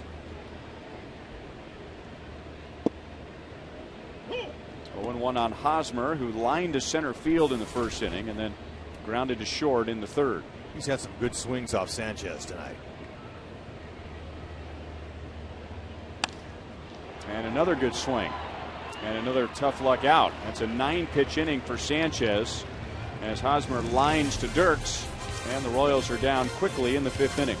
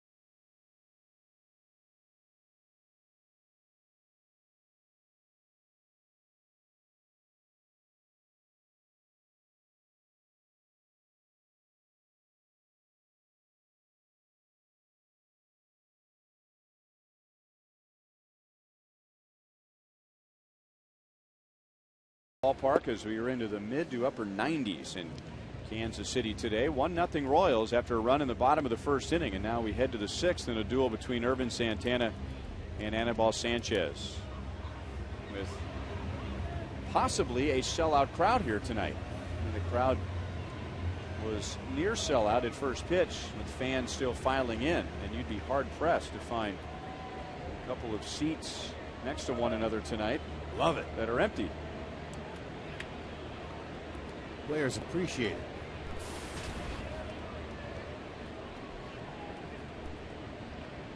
Alex Avila, followed by Ramon Santiago and Austin Jackson coming up in the 6th. As the Tigers have had 2 base runners in the first 5 innings against Santana, and none until 1 out in the 4th inning. Hey, Irvin has been ahead of most hitters. Start him off with 2 seamers, mixes in a changeup and his nice little slider. Finish guys off. Very smooth. Love his tempo. Great rhythm.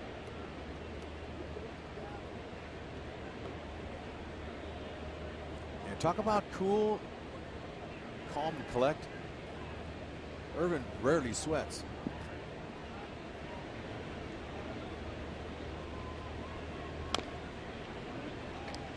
You know, it's no secret that you have to see a player play every day or on a regular basis to really get to know him. But I will admit, maybe I need to confess, when I watched him with the Angels, and especially in his early years, and you're someone who's big on body language, I always thought he had very poor body language, especially if he didn't get a call that he thought should have gone another way as Hosmer flips to Santana for the out, or if he gave up a big inning. And having watched him for the first half of the season, I can see how that would easily be misinterpreted. He is just very calm, collected, and shows almost no emotion on the mound. He's got a perfect demeanor, mound presence.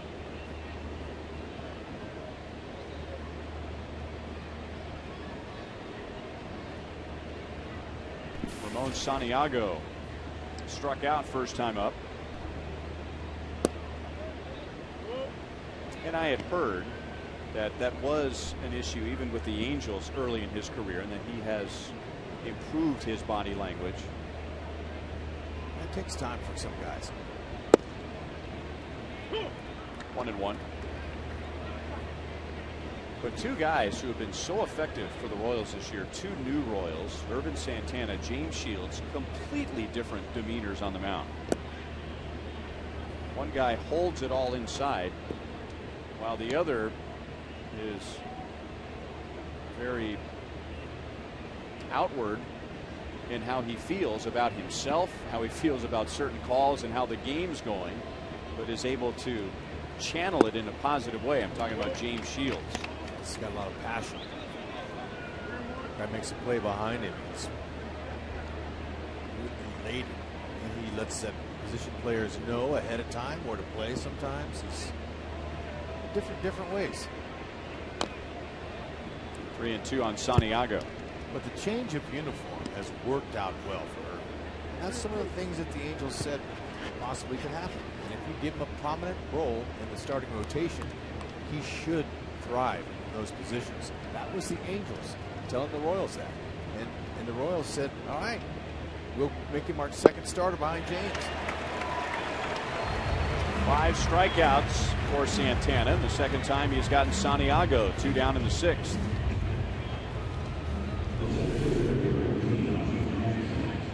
You watch him, he comes right over the top.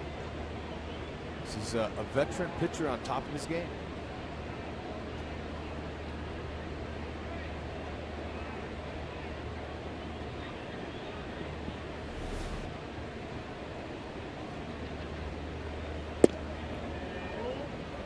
To Austin Jackson, who has struck out and flied to right.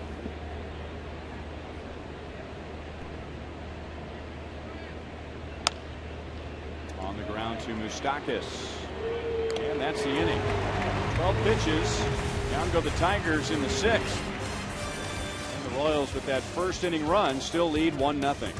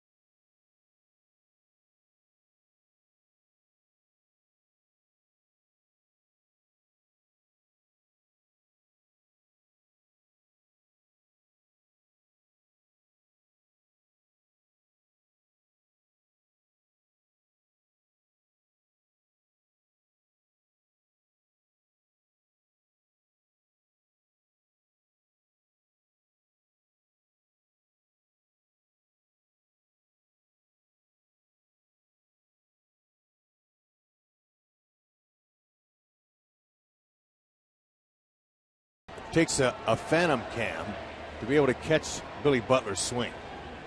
It's so quick. Good inside out. He has driven in the only run tonight. That was back in the first inning with a single to center field on an 0-2 pitch from Anibal Sanchez, and he takes ball one. Our contestant in the Sonic Slam inning tonight is Becky Stanley, who lives in Kansas City, Missouri. 1-1 on Billy. A home run, and Becky wins $600. A grand slam out of the park, and Becky wins $25,000 from Sonic and the Kansas City Royals. Billy Butler, Salvador Perez, Mike Moustakas coming up, and there's a base hit into left field. The Royals have had the leadoff man on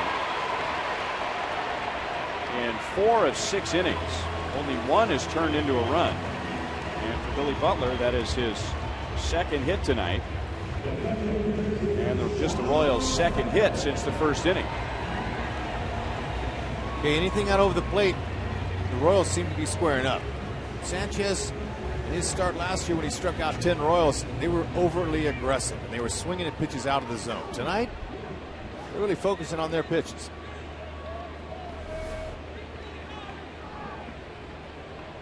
And that's what Pedro Gaffal and George Brett preach to the hitters.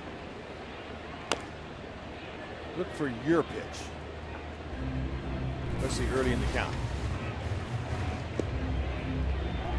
Perez walked on 4 straight pitches in the first. Flied to center in the third.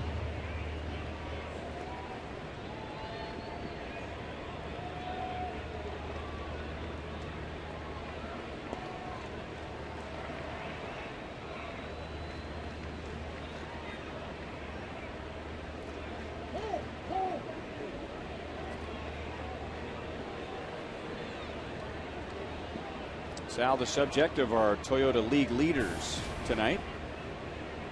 He is at third best in the league at home. A couple of Tigers on both sides, Miguel Cabrera and Johnny Peralta at Comerica Park. And then Salvador Perez, 348, now 346 after going 0 for 1 tonight at Kauffman Stadium.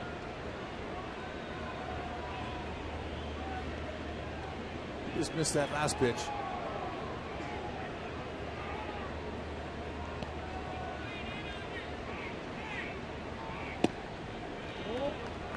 One and two.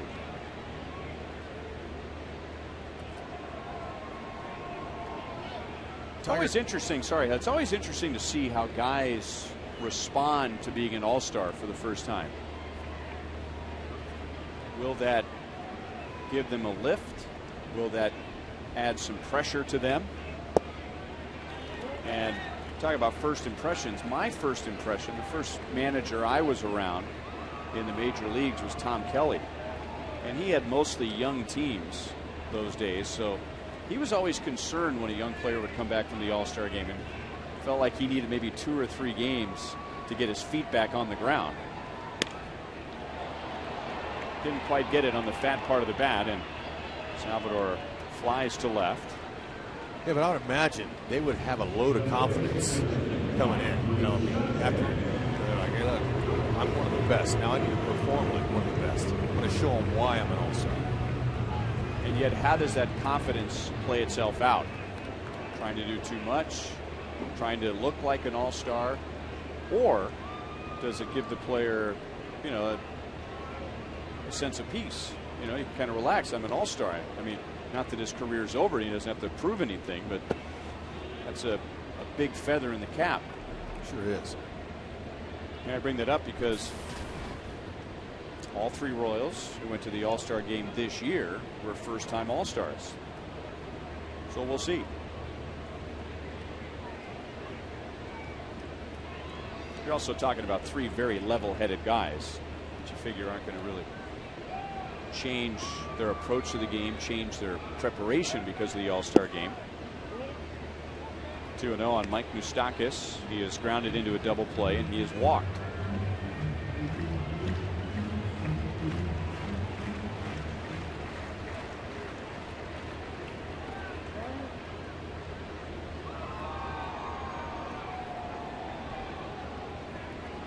Last season, there was an interesting collision that we saw between Mike Moustakas and Prince Fielder at first base.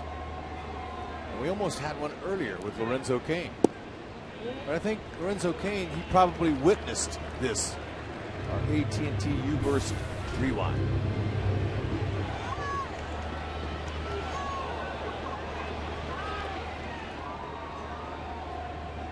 Ooh, man. What a tackle. But Lorenzo Cain, he probably saw that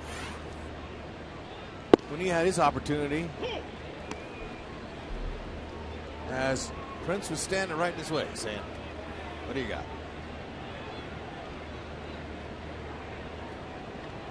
And he said, I saw that last year. I'm not going to challenge it.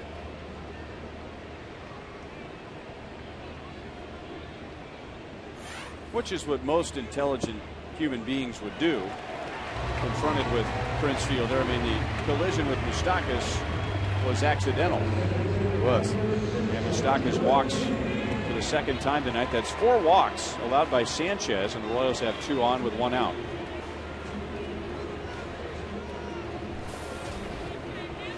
And now Lorenzo Cain, he singled in the second inning. So if you go back to before the break, he's hit in 7 straight. He's 1 for 2 tonight, and he's made 2 great plays behind Urban Santana in center field.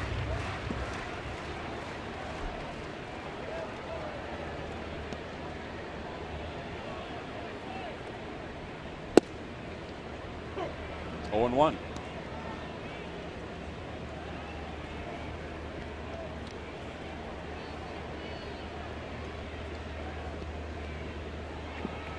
This is just the 6th game this year between the Royals and the Tigers, so they'll see quite a bit of one another in the second half. Lorenzo does have 4 RBIs against Detroit this year.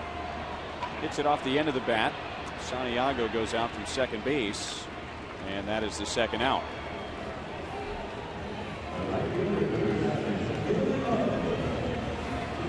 The next installment of T-Shirt Tuesday is next week. The Orioles come to Kauffman Stadium. The first 10,000 fans receive a gray Royals KC T-shirt, courtesy of Microsoft. The gates will open at 5:30. Go to Royals.com/T-Shirt Tuesday or call 1-800-6-ROYALS for tickets.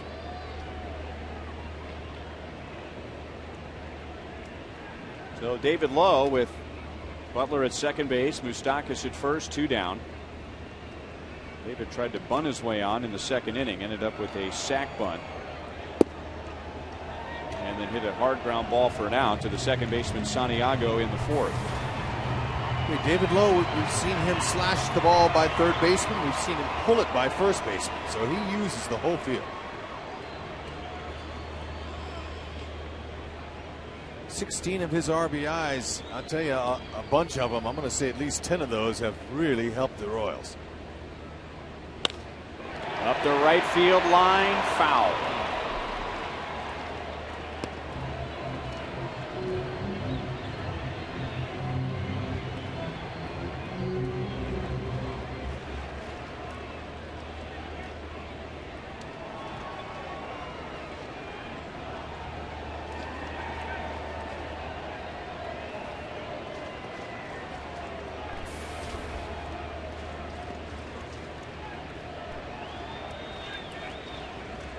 Twelve of his 16 RBIs have come with 2 outs.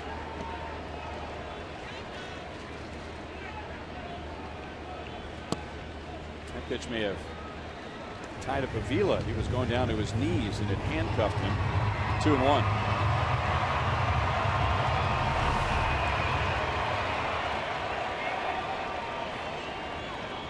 Looked like he was expecting a pitch that was going to end up in the dirt. Yeah, looked like it might have crossed him up a little, but he's able to hold on.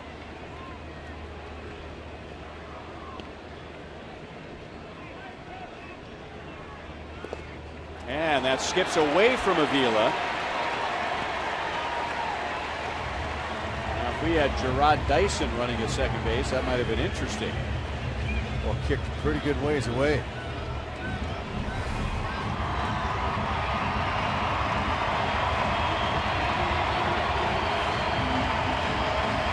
No telling where that ball's going to bounce when it does.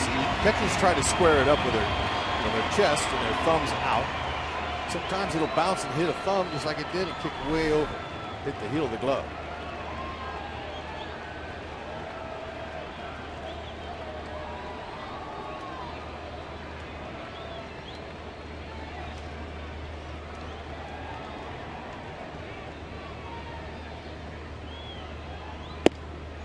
And now Lowe will walk, and it's a 5-walk game for Sanchez. 2 walks in this inning.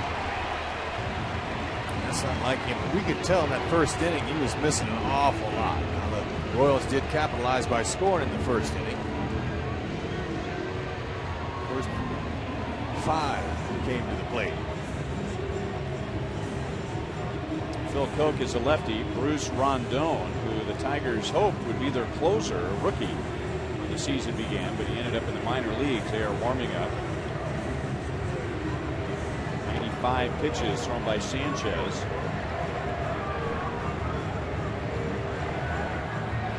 And that would be a season high 5 walks allowed by Sanchez tonight. He's definitely not on his game. They got to make it hurt.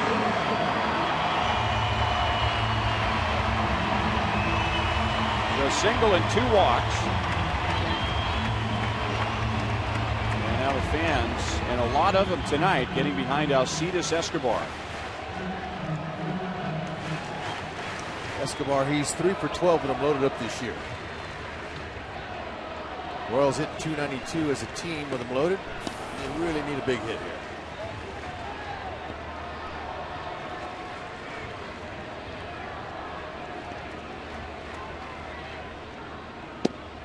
Outside. Well, it doesn't appear that Sanchez has his A game. 2 strikeouts. But you have to give him some credit. Without his A game, he hasn't really looked like a power pitcher at all tonight, but has been more of a hit the corners, change speeds type of a guy, and he's only given up the 1 run so far. 2-0. Might be pressing a little bit. To me, it looks like he's trying too hard.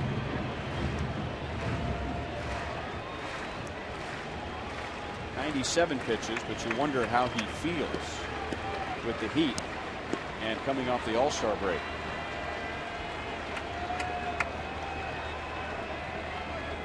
Got to throw a strike here. Escobar got to be looking to drive. Popped up. Avila dropped it. He may have been distracted by a couple of things. First of all, he went running through the on-deck area, and he landed on the weighted sleeve. So he may have lost his balance there, and he also may have seen Prince Fielder coming in from the left. Yeah, this stuff's not routine because you mentioned, look at he's running through all that stuff on deck and just got off the heel of his glove. So that's a great break for Escobar. That would have ended the inning. There's a lot of stuff around there. Okay, a lot of debris, the donut, the weighted bat. Now you make it hurt. And now 2-2. It's an error on Avila.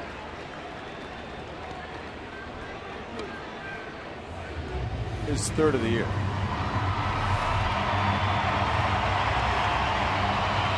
He gets one off the big toe. And that's really what Sanchez has done all night. He just kept the ball out of the middle of the plate.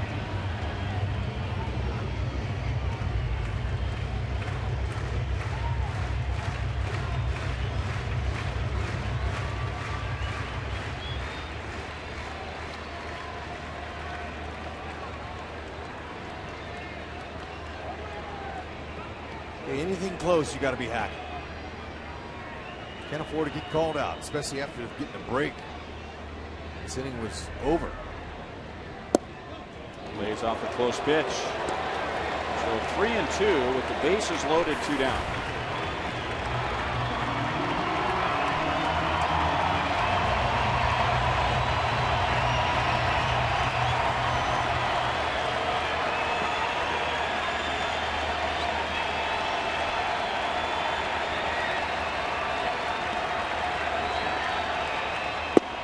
struck him out. And Sanchez shows some emotions as he grinds through the 6th inning. The Royals leave the bases loaded, and they have stranded 7 through 6 against Sanchez.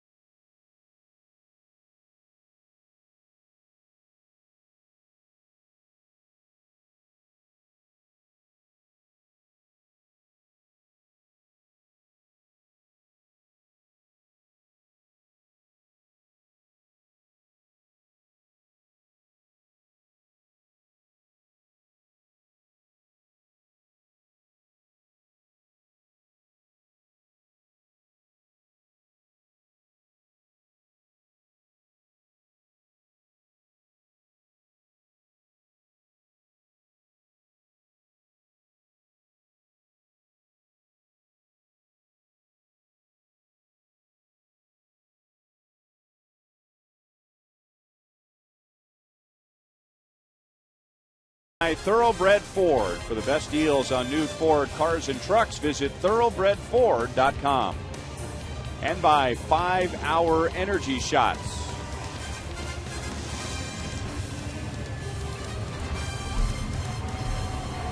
Last time the Tigers were here, the Royals and Tigers played 3 games, all with the final score of 3-2. And now it's 1-0 with a pitching duel, Ervin Santana, Anibal Sanchez, and that's how Sanchez reacted after throwing his last pitch, as he was getting the attaboys and pats on the back in between innings. Over 100 pitches and pitching in extreme heat tonight. So the Royals' next at-bats will come against the Tigers bullpen. Meanwhile, Ervin Santana has given up 2 singles in 6 innings. No walks, 5 strikeouts, and Torrey Hunter thinking about bunting. He is singled and flied out to deep center field on a great play by Lorenzo Cain up against the wall. 3 pitches. Hunter strikes out, and that's 6 for Santana. And he makes it look so easy.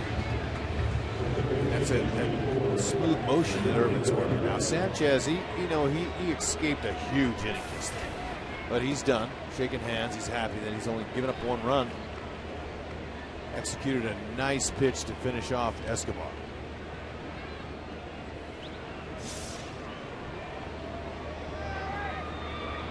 Well, a couple of lefties now. Phil Koch in the background, Bruce Smiley in the foreground.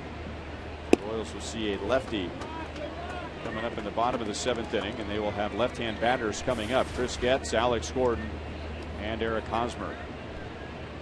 Miguel Cabrera flied to right in the 1st inning and then fouled out to first in the 4th. 1 ball, 1 strike. Miguel Cabrera leads the American League in batting average, RBIs, runs scored, hits, walks, on base percentage, and hitting with runners in scoring position. Deep center field. Cain to the wall. He's got it. Maybe the Tigers should stop trying to hit the ball to Cain in that very same position, because that's 3 outs that Lorenzo has caught right at the base of that ball.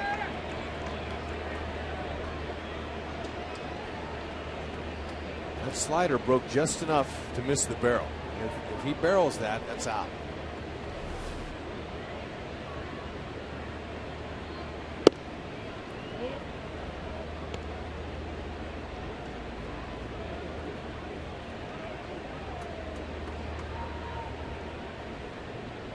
fielder has grounded out to second, grounded out to short. 2-0. 40% think that Miguel Cabrera winning a second Triple Crown has the best chance of happening this year, followed by Chris Davis hitting 60 home runs. And without Chris Davis, Miguel Cabrera would be on his way, but he has 7 home runs to make up. Cabrera has 30. Chris Davis has 37.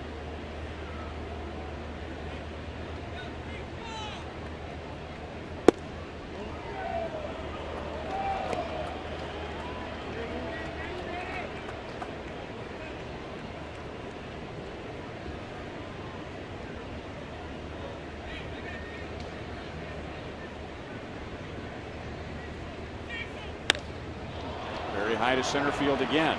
Much easier play for Lorenzo Cain. And Irvin Santana begins his second half with 7 shutout innings. Ooh, man, is he good.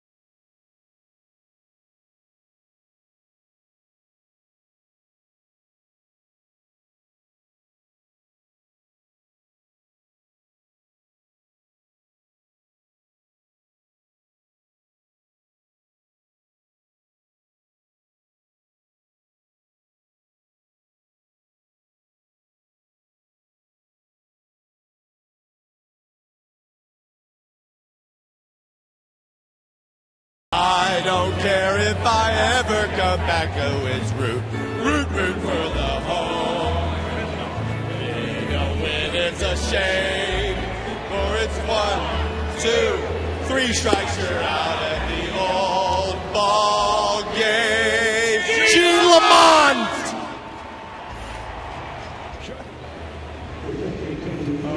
Well, that started 2 years ago, maybe 3 years ago. Chevy called to the bullpen as Phil Koch comes on for the Tigers. And anyway, the guys were in the dugout suite just like they were tonight with Joel, and the Royals were playing the Tigers. And that was the year that Will Ferrell joined the guys for the Big Slick celebrity wiffle ball game. And that's when the Come On Chen started. That was Will Ferrell. That was awesome. Yelling, Come On Chen. And Gene Lamont was the third base coach for the Tigers. He is now Jim Leland's bench coach. And for whatever reason, those guys were just wearing out Gene Lamont. And they were incorporating the Evil Empire theme song from Dun, dun, dun, dun. There it was, from Star Wars, and somehow associating that song with Gene Lamont. And it was hilarious. Yeah. So they haven't forgotten and somehow found a way to get Gene Lamont's name into Take Me Out to the Ball Game. And Gino loves it. Something like dun dun dun dun dun dun, dun Gene Lamont. Dun, dun, dun, Gene Lamont, Gene Lamont. Dun, dun, dun, dun, Gene Lamont, Gene Lamont. On cue. Perfect. Gino, he misses being ragged. The Darth Vader of the Detroit Tigers right there, Gene Lamont. When you're a third base coach, you get heckled. That's a swing. So Getz strikes out. So Phil Koch coming on with 3 left-hand batters coming up. And Getz is out number 1. He's got a 2 and 4 seam fastball, big slider, and a good changeup he'll use to righties.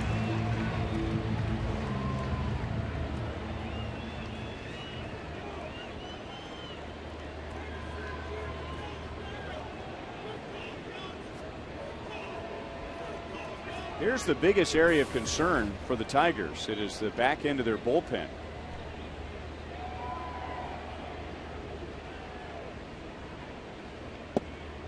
Breaking ball for a strike to Alex. 1 for 3 with that run scored. They, as you mentioned earlier, parted ways with Jose Valverde at the end of last year and hoped that Bruce Rondon, a rookie, hard-throwing rookie, would be the closer coming out of spring training. He didn't prove to be quite ready for that. As Fielder comes back to the bag, that's the second out. So Phil Koch got some opportunities as closer. That didn't work out. So they re-signed Jose Valverde to a minor league contract. Worked his way back to the big leagues. And was able to keep his head above water for a while. And then they parted ways with him, and now Joaquin Benoit is getting save opportunities. And the common thinking right now is that if the Tigers are involved in any trade discussions before the first deadline, it would involve a closer, or at least a back end of the bullpen type of guy. Yeah, they'll pull that off. They'll try to find somebody to help them. Got a few more weeks. Phil Koch's ERA coming into this inning was 5.83. And his velocity's down a little bit from last year, and he's not quite locating like he wants. Off of Peralta's glove and into left center field. So Hosmer, who's been clobbering the ball all night, finally has a base hit. He's lined to the outfield twice, and a man on with 2 outs in the 7th inning. And he's really squaring up the ball. Good to see that one get through. The ball's right over the middle of the plate. I don't know about the 5 ERA. That's why. He's not able to locate like he wants, and Leland's not going to let him stay around for the next guy. So we will see Bruce Rondon. You'll get Billy Butler with a man on, 2 outs. Chevy call to the bullpen. Royals lead the Tigers 1-0.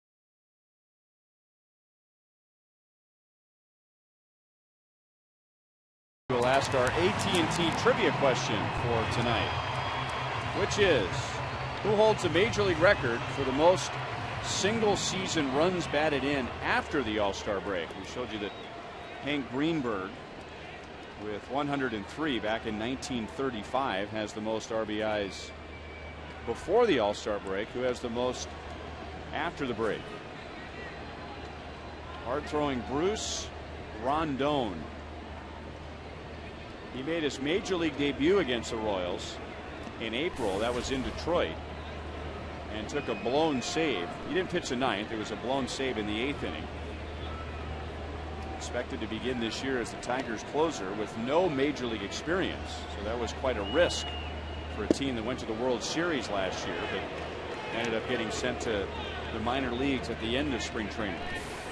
Yeah, he threw a slider first pitch to Billy. That's not his big pitch. He's got a big mid-90s to upper 90s fastball.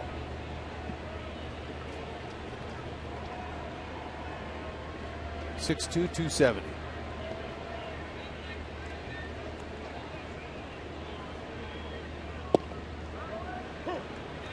One and one on Billy. He drove in the run way back in the first inning. Single to center, driving in Alex Gordon. He has 2 hits tonight.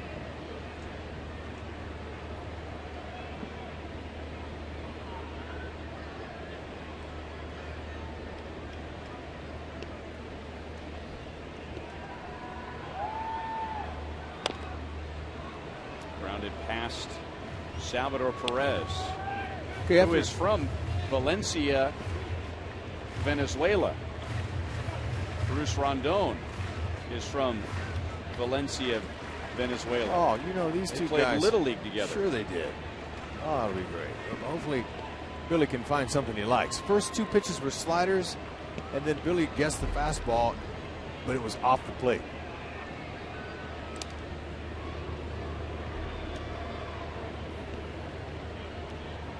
Hosmer can run. 7 out of 10. He's stolen this year. And Alex Avila is thrown out just 7 of 43 for a 14.6%.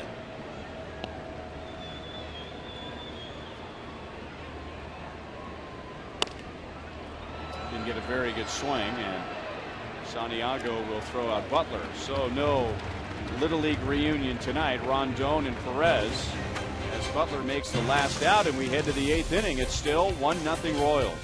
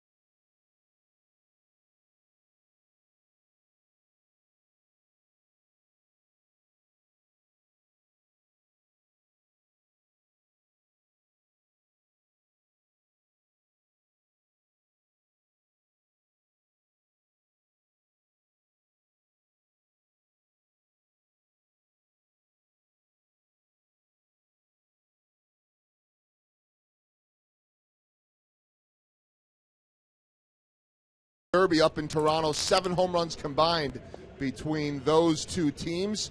New York doubled up by Boston in the first of that series. Baltimore on top of Texas right now 3-1. Atlanta beating the White Sox in interleague play. Cleveland and Minnesota tied up. The Indians had led in that game 2-0. Seattle beating up on Houston early on. And as for that game involving the Baltimore Orioles, our Mazda game break, Derek Holland, and that would be Matt Wieters. Yes, we have an Orioles highlight of a home run that is not Chris Davis. It's the 13th on the year for Matt Wieters. The Orioles come in here on Monday for a 4-game trip. Guys? All right, thanks, Joel. And those Orioles are 4.5 games back in the East. They are in third place, as Irvin Santana is trying to go at least 8 innings for the first time in more than 3 months. You have to go back to April the 14th. Santana went 6 innings in his first start of the year and then went 8 innings in back-to-back starts and has not gone 8 innings since. But he has just cruised along tonight. Yeah, Ned's staying with him. Little extra rest after the All-Star break.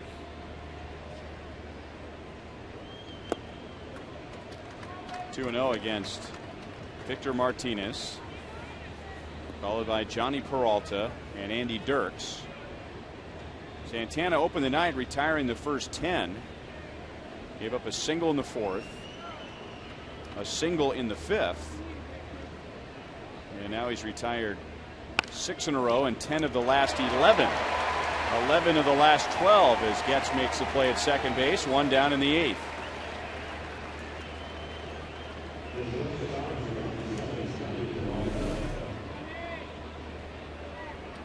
Coming in 2-0. Hitter knows it's coming. You sit on that fastball.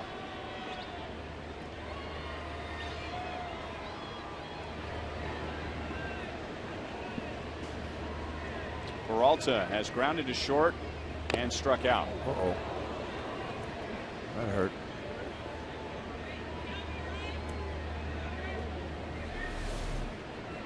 Okay, where'd this catch Salvi? Stinger right off the right shoulder.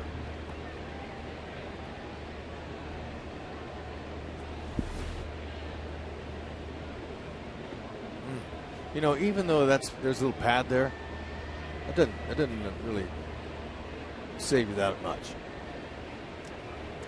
If you put your hand up against your shoulder, right around the area of the collarbone, there is no muscle, there's no meat to protect the bone. So, yeah, that thin padding there, and then the ball hitting either right on his shoulder or the end of his collarbone. Right, and you know how nowadays a lot of the technology we have, the hit speed, you know, the bat speed off of contact. We see how it picks up speed when the ball's hit solidly, but it also, when you foul it off, it picks up speed. So Salvi's he's still nursing that one. That little stinger.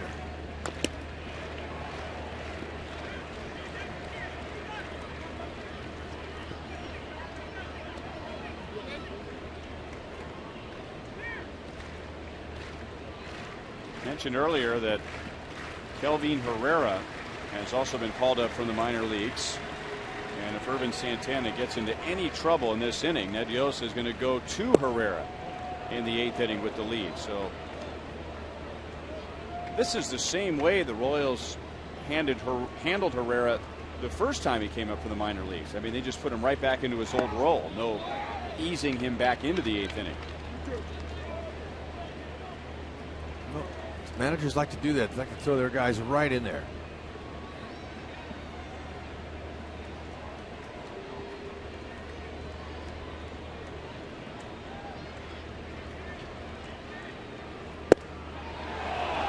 Just inside.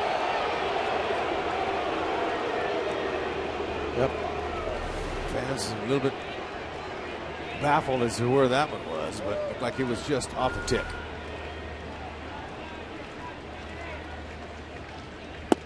And that would be the first walk allowed by Santana. That means the potential go-ahead run comes to the plate, which means Ned Yost does not want to put Santana in a position where he could lose the game after the way he's pitched tonight, and he's thrown 106 pitches. And so he's going to go to Kelvin Herrera.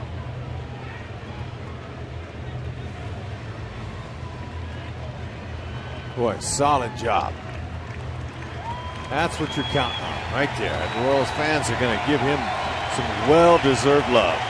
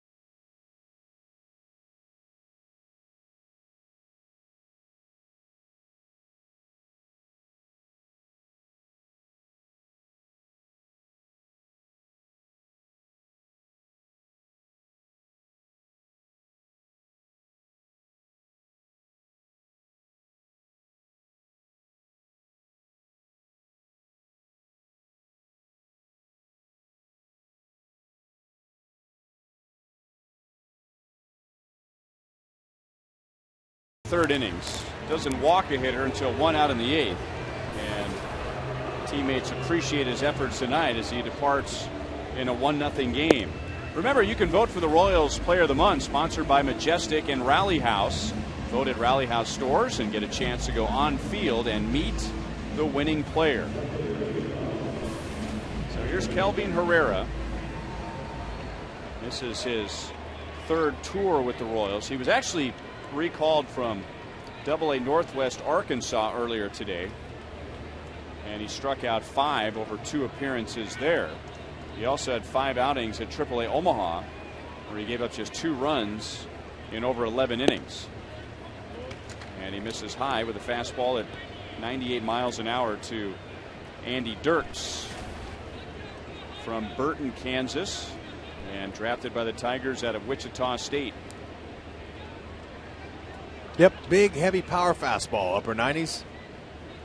They wanted him to work on that changeup a little bit and throw more breaking balls when he went down. So they put him in the starting rotation for a few times, and then they eased him back in the bullpen. Give him more reps. And one of the reasons why is that he gave up 8 home runs in just a few innings. I mean, it wasn't a whole lot of innings, so they were getting to him 5 right-handed and 3 left-handed. 8 home runs in 27 2/3 innings. Yeah.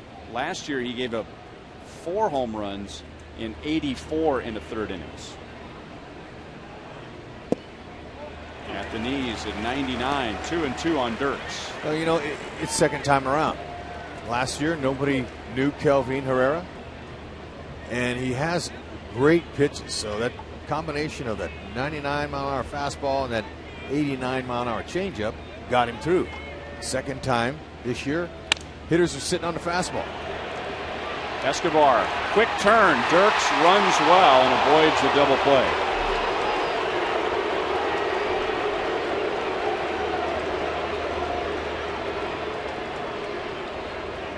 Ball wasn't hit that hard. They did a great job turning it, but you got a speedy runner and the ball not hit well. You're not going to turn it.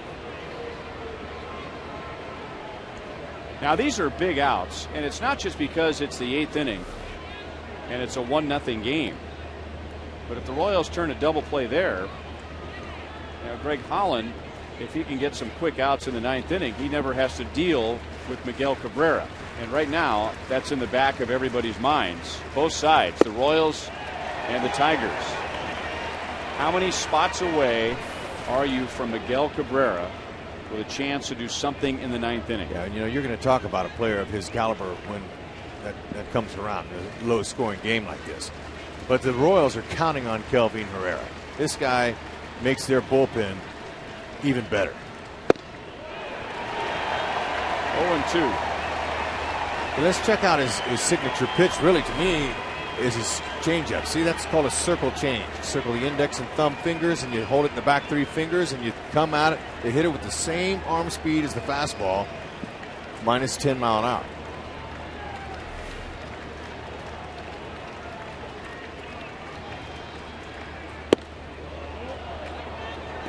.100 miles an hour. 1-2 on Avila, who is 0 for 2.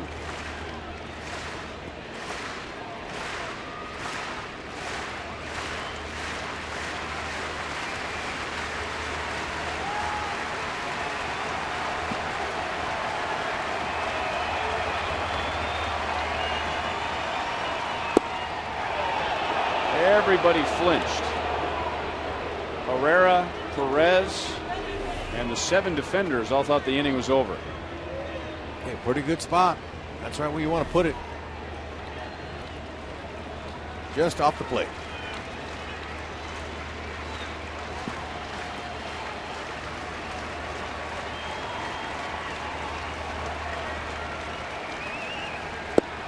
Got that call. A changeup hits the outside.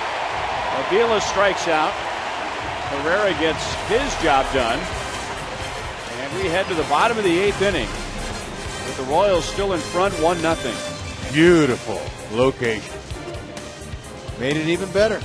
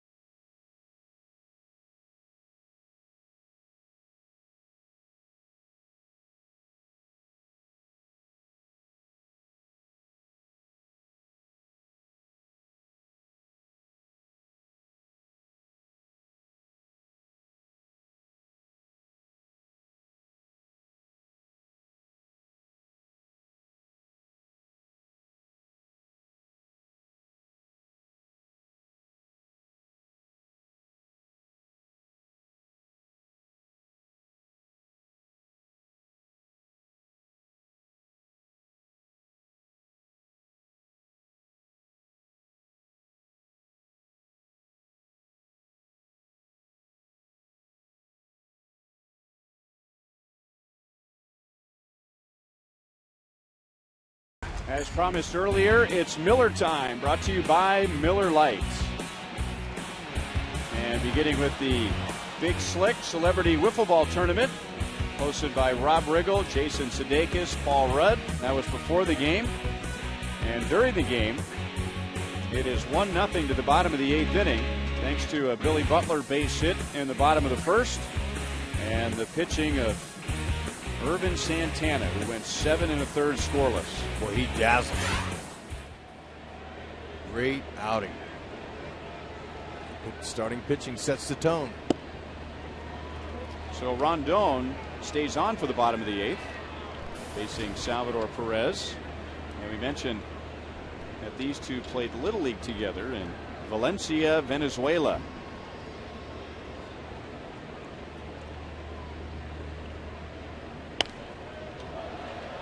Pretty good swing at a fastball at 99.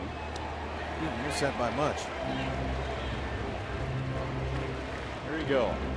Little League one day, in the big leagues against one another in front of 35,000 the next. It's beautiful.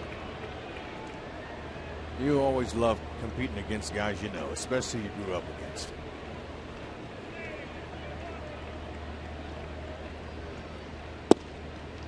Slider at 88 miles an hour, 1 ball, 2 strikes. Because they'll see each other later after their careers are over, and they'll talk about these moments right here.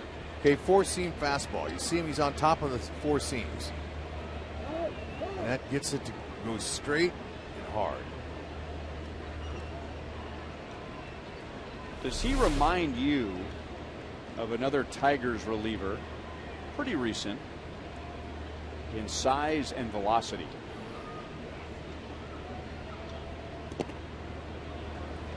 Two and two on Perez. Nothing comes up right away. Who are you thinking? Joel Zamaya. Remember him? Yeah. I wonder what he's doing. He's out of the game.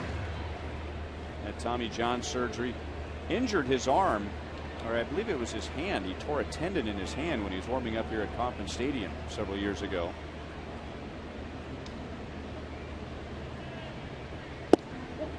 Knee buckling slider, and Perez knew it was a strike. And he's out number 1 in the bottom of the 8th.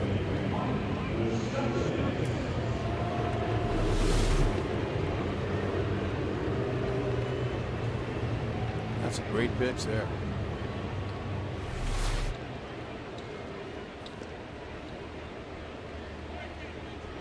And now Moustakas, who has been on twice with 2 walks.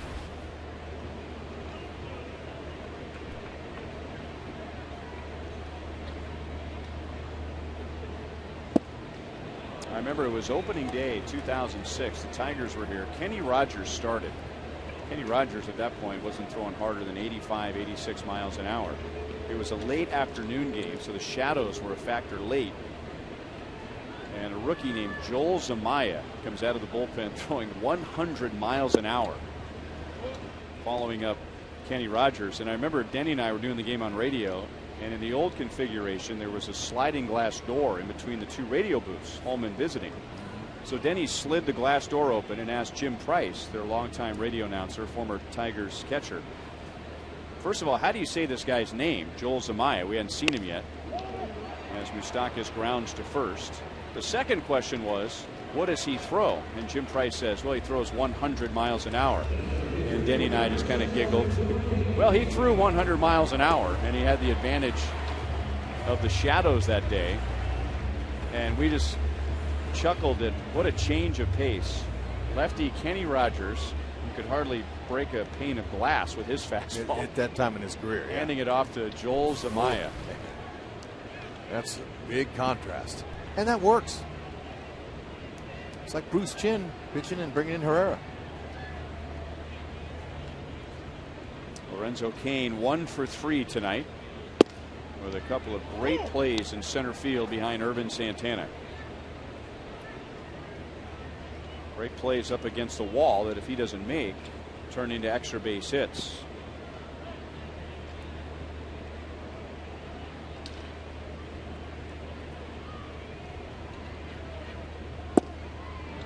Oh, and 2. That's an easy 100 miles an hour. Yeah, and it looks to me like this kid Rondon's mixing in a changeup. He didn't have that early in the season. But looked to me like that when he threw Salvi, looked like it had a little movement in. The slider usually goes away from the righty. Check it out. And another ground ball to Fielder, who fumbles for a moment and just barely out at first base. It looked like Lance Barstow wanted to call him safe. So the newly minted All-Star, Greg Holland, on for a save in a 1-0 game.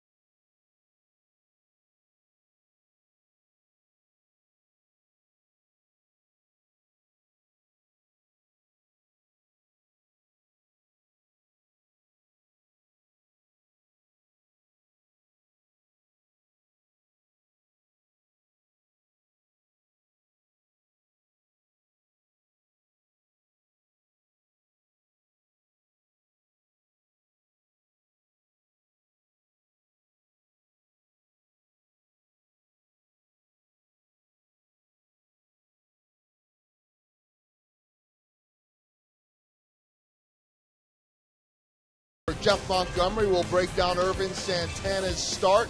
How about the defense of Lorenzo Cain all night long in center field, plus reaction from the players and Ned Yost. That following the game on Boulevard Royals Live. And now the All-Star Greg Holland is in, and guys, very interesting talking to Jim Leland today, because he said Holland's the only one of the Royals that he picked. He liked the other two, but this was his pick.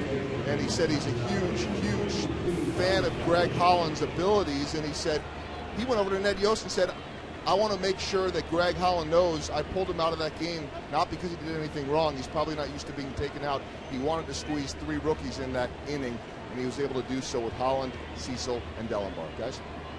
Good report, Joel. And he'll face Don Kelly, not Ramon Santiago, to begin the 9th inning. Santiago struck out twice against Irvin Santana.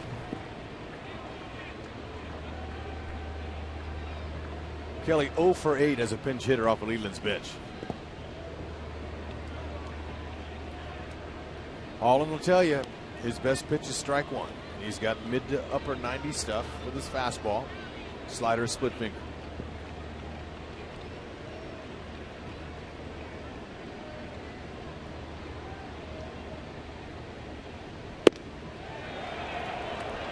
And when Holland makes his pitches, he can get anybody out. However, we must point out that if he has a 3-up, 3-down inning, that means Miguel Cabrera will not have a chance to bat, which is never a bad thing.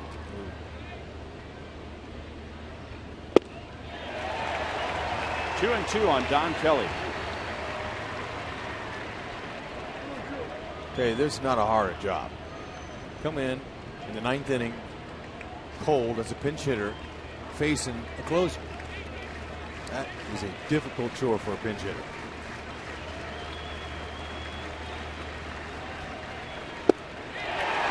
Nothing fancy except the velocity, as Holland just went right after Don Kelly and gets the first out of the 9th inning.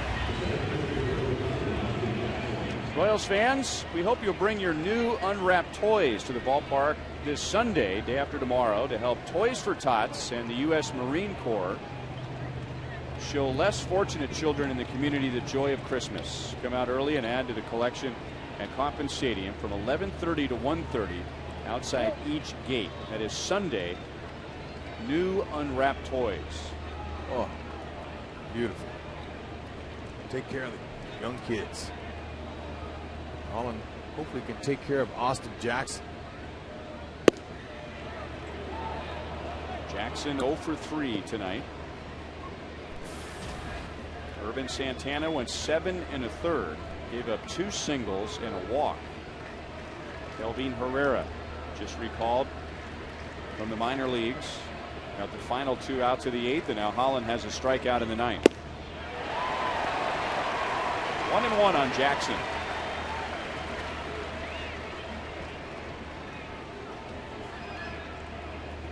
Another reason why Jim Leland admires the Royals bullpen so much. This year, the Royals bullpen has given up 1 earned run to the Tigers in 14 2/3 innings. So it's not just their ability, it's what they've done to Detroit this year.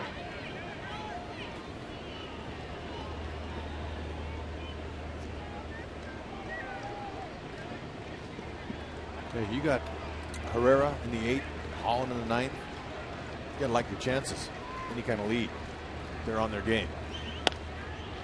Late swing. And now 2-2 on Jackson. Remember to swing for the fences with the new Home Run Derby mobile game from MLB.com that features previous Home Run Derby competitors. Enjoy the arcade mode that brings high impact thrills as you compete for the highest scores, or Derby mode that recreates the authentic Derby tournament. We don't want to see Home Run Derby in this inning. Jackson fouls it away. And Home Run Derby is available on iPhone and iPad. Just download MLB.com's Home Run Derby game for free today.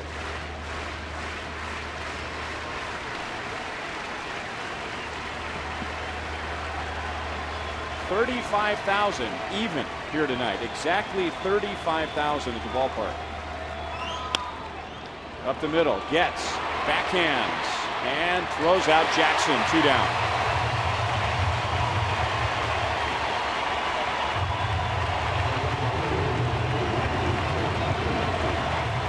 And now 35,000 get out of their seats.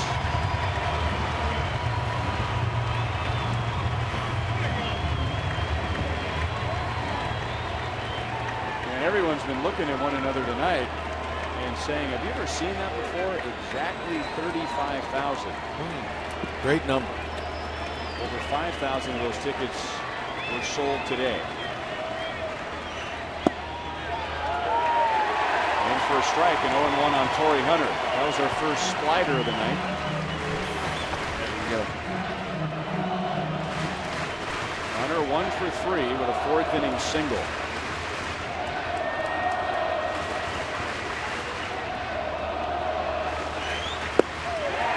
2.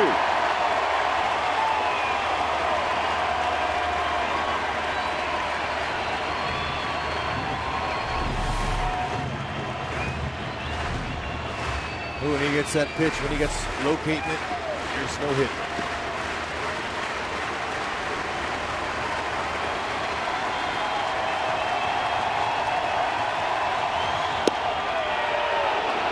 Didn't quite get the call. The Royals started making a move toward the pitcher's mound, thinking that it was time to shake hands, but Irwin Danley said it was down and away. Yeah, with 2 strikes, Torrey Hunter had great ability to lay off of that. Leave that guy right where he is.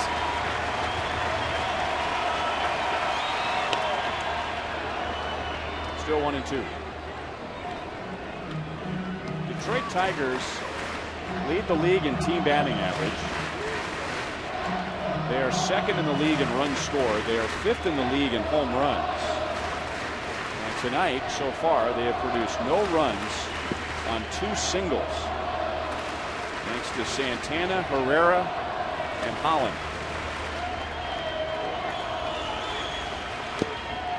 Did he get a piece of it? He did. Still 1-2.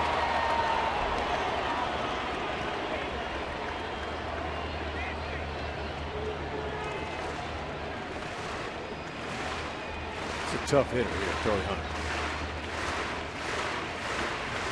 He doesn't give away at bats.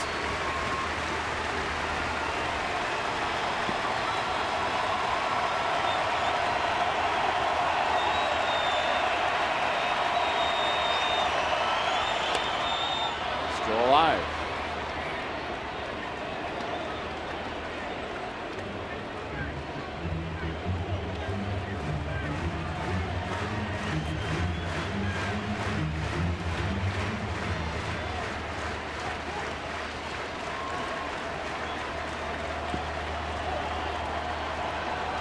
A typical Royals-Tigers game, at least as they've been the last 2 years.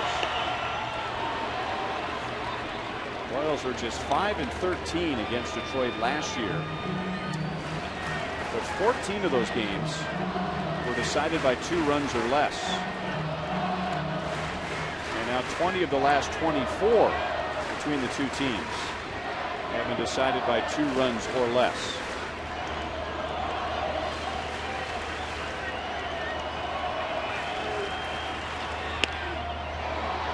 Center field, Lorenzo Cain is there, and the Royals take game 1. A combined 1-0 2-hit shutout. Give the Tigers a little bit of their own medicine. Great pitching. Fantastic job. Urban Santana set the tone, and he was fantastic.